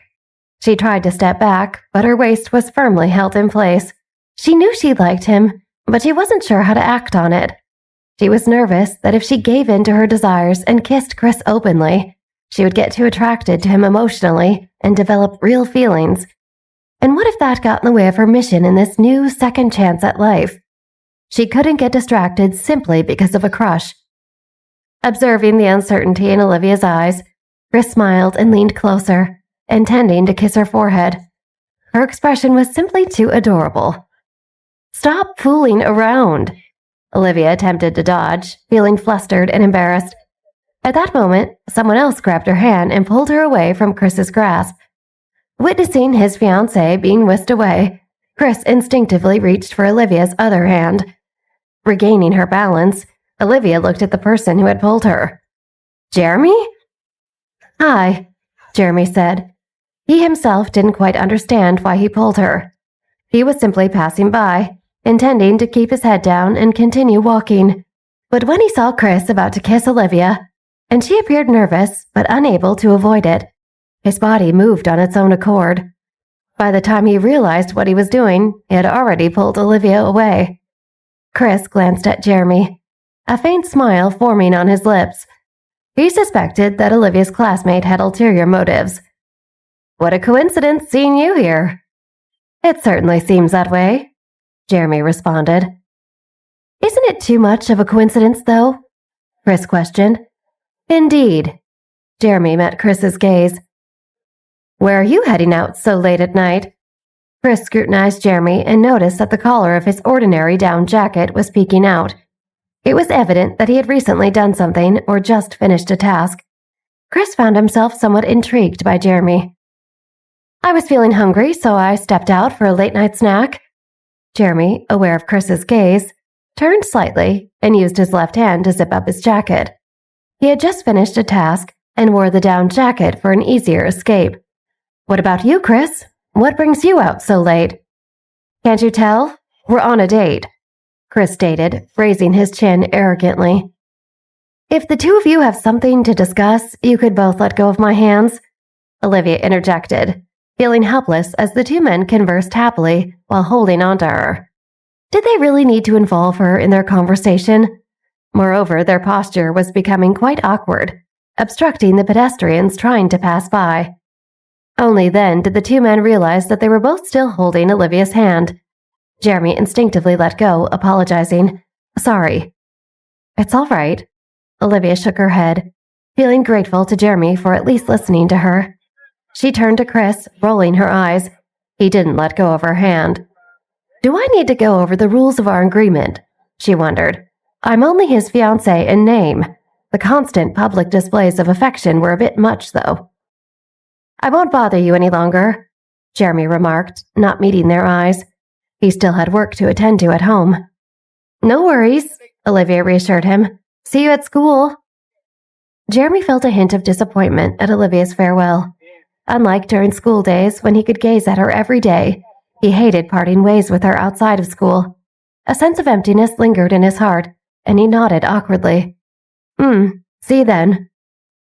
Goodbye, desk mate, Chris teased Jeremy. Jeremy glanced at Chris and bid farewell. Goodbye. He turned and walked away.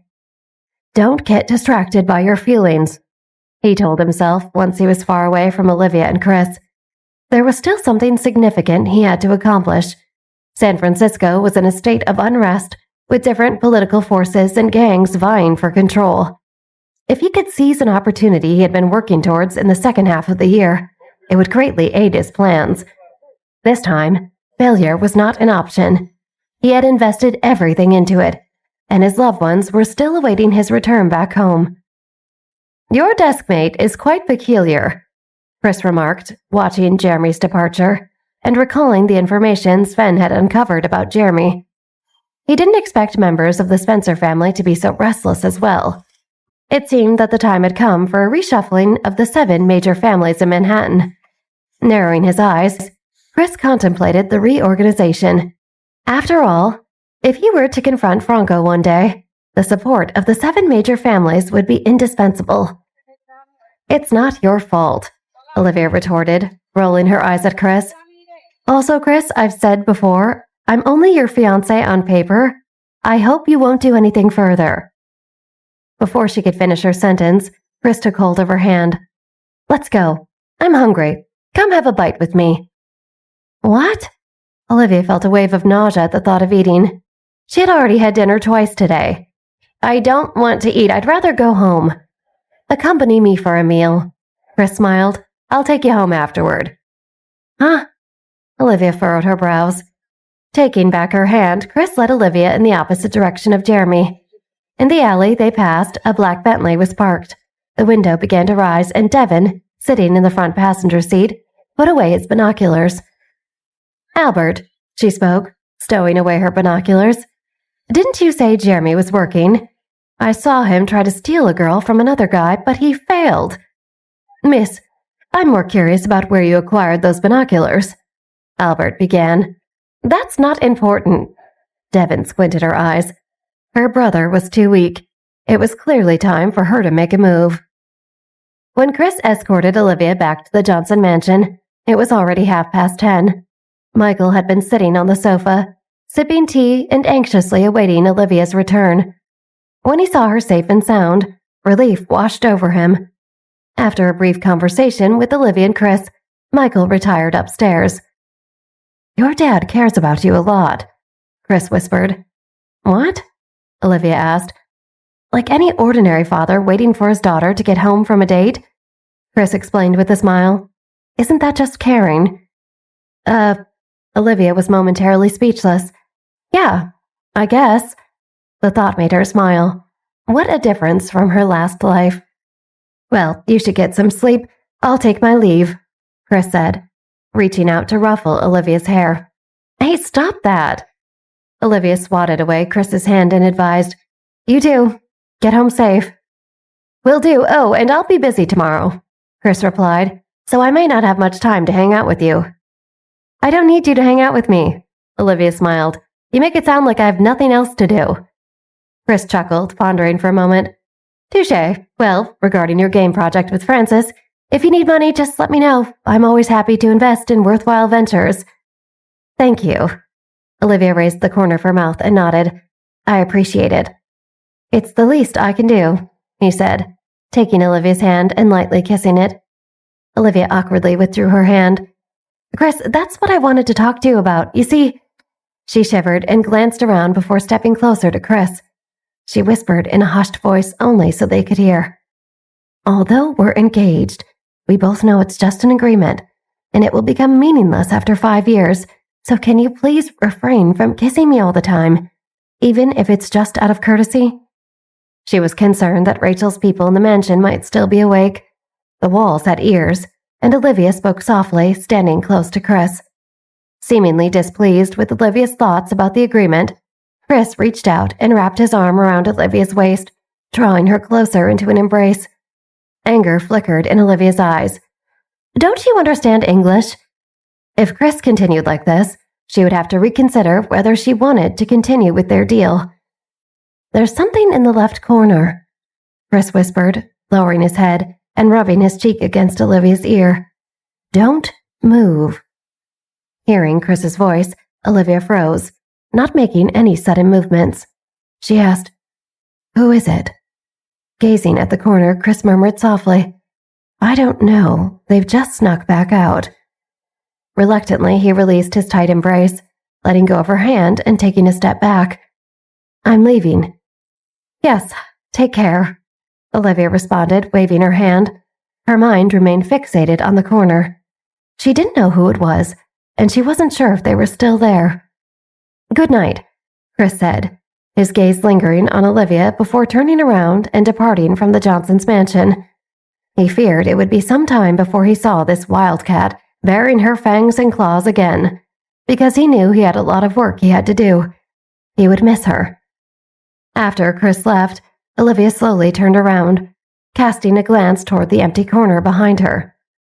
Seeing only the faint glow of a light, Olivia furrowed her brow. Rachel's people still possessed some skill. They had departed without making a sound, but she would eventually catch that person. Yawning, Olivia ascended the stairs to her room. Vera would be coming tomorrow morning to give her supplementary lessons. In the afternoon, she planned to visit Victoria. She had informed Michael earlier that she would spend one night at Victoria's place every Saturday and return on Sunday night, so she could help Olivia prepare for the elite student competition. Michael had agreed to her plans. After taking a shower, Olivia prepared to go to bed. However, just before she turned off the lights, her phone rang. "Who could it be?" Olivia muttered. "It's almost midnight." She picked up the phone, which was charging on the nightstand. Glancing at the caller ID, Olivia answered the call. "Francis, do you know what time it is?" "Liv, Francis' voice sounded somewhat low. we might not be able to make the VR game." "Oh?" Olivia asked. "I checked today. To create the game I want, the production budget would be close to like $17 million. Francis lamented, sounding a bit frustrated. I can't come up with that much money." "In that case, we won't pursue that option," Olivia said. "If we can't bite off more than we can chew, maybe we could just conduct thorough market research, covering all types of games in the market. See if there's something cheaper we could come up with. Can you do that?" "Yes." Francis responded confidently. He had always been knowledgeable about games. "Half a month should be enough." "Cool. Oh, and before you collected game information from a player's perspective, now I want you to gather it from a planner's perspective. Explore everything you can find: game types, target audiences, and operation modes. I want you to conduct a scientific analysis to determine which game types are most popular and why, Olivia instructed. Now get some sleep. Don't stay up too late. Okay. Frances replied, "Good night." After hanging up the phone, Olivia yawned, plugged in her phone, and settled back into bed. She quickly drifted off to sleep. However, when she woke, it felt as though she hadn't slept at all throughout the night. The following morning, Monica, dressed neatly in a plaid skirt and a button-up Oxford shirt, sat at the dining table, eagerly awaiting Bruno to teach her cooking. The appointed time was from 8 o'clock to 9 o'clock, and then extended to 9:30. Monica, who had initially been full of energy, now appeared a little dispirited. She rested her head on the table, her eyes fixated on the clock ticking toward her, growing increasingly impatient and anxious. When she heard footsteps, her face lit up, until she realized the footsteps belonged to Olivia, who came downstairs fully dressed. Monica rolled her eyes and sat up straight. "Oh, it's you." "Morning to you, too." Olivia looked at Monica. "Ugh." Monica glanced at the clock. It was already 9:45, so why hadn't Uncle Bruno come down yet?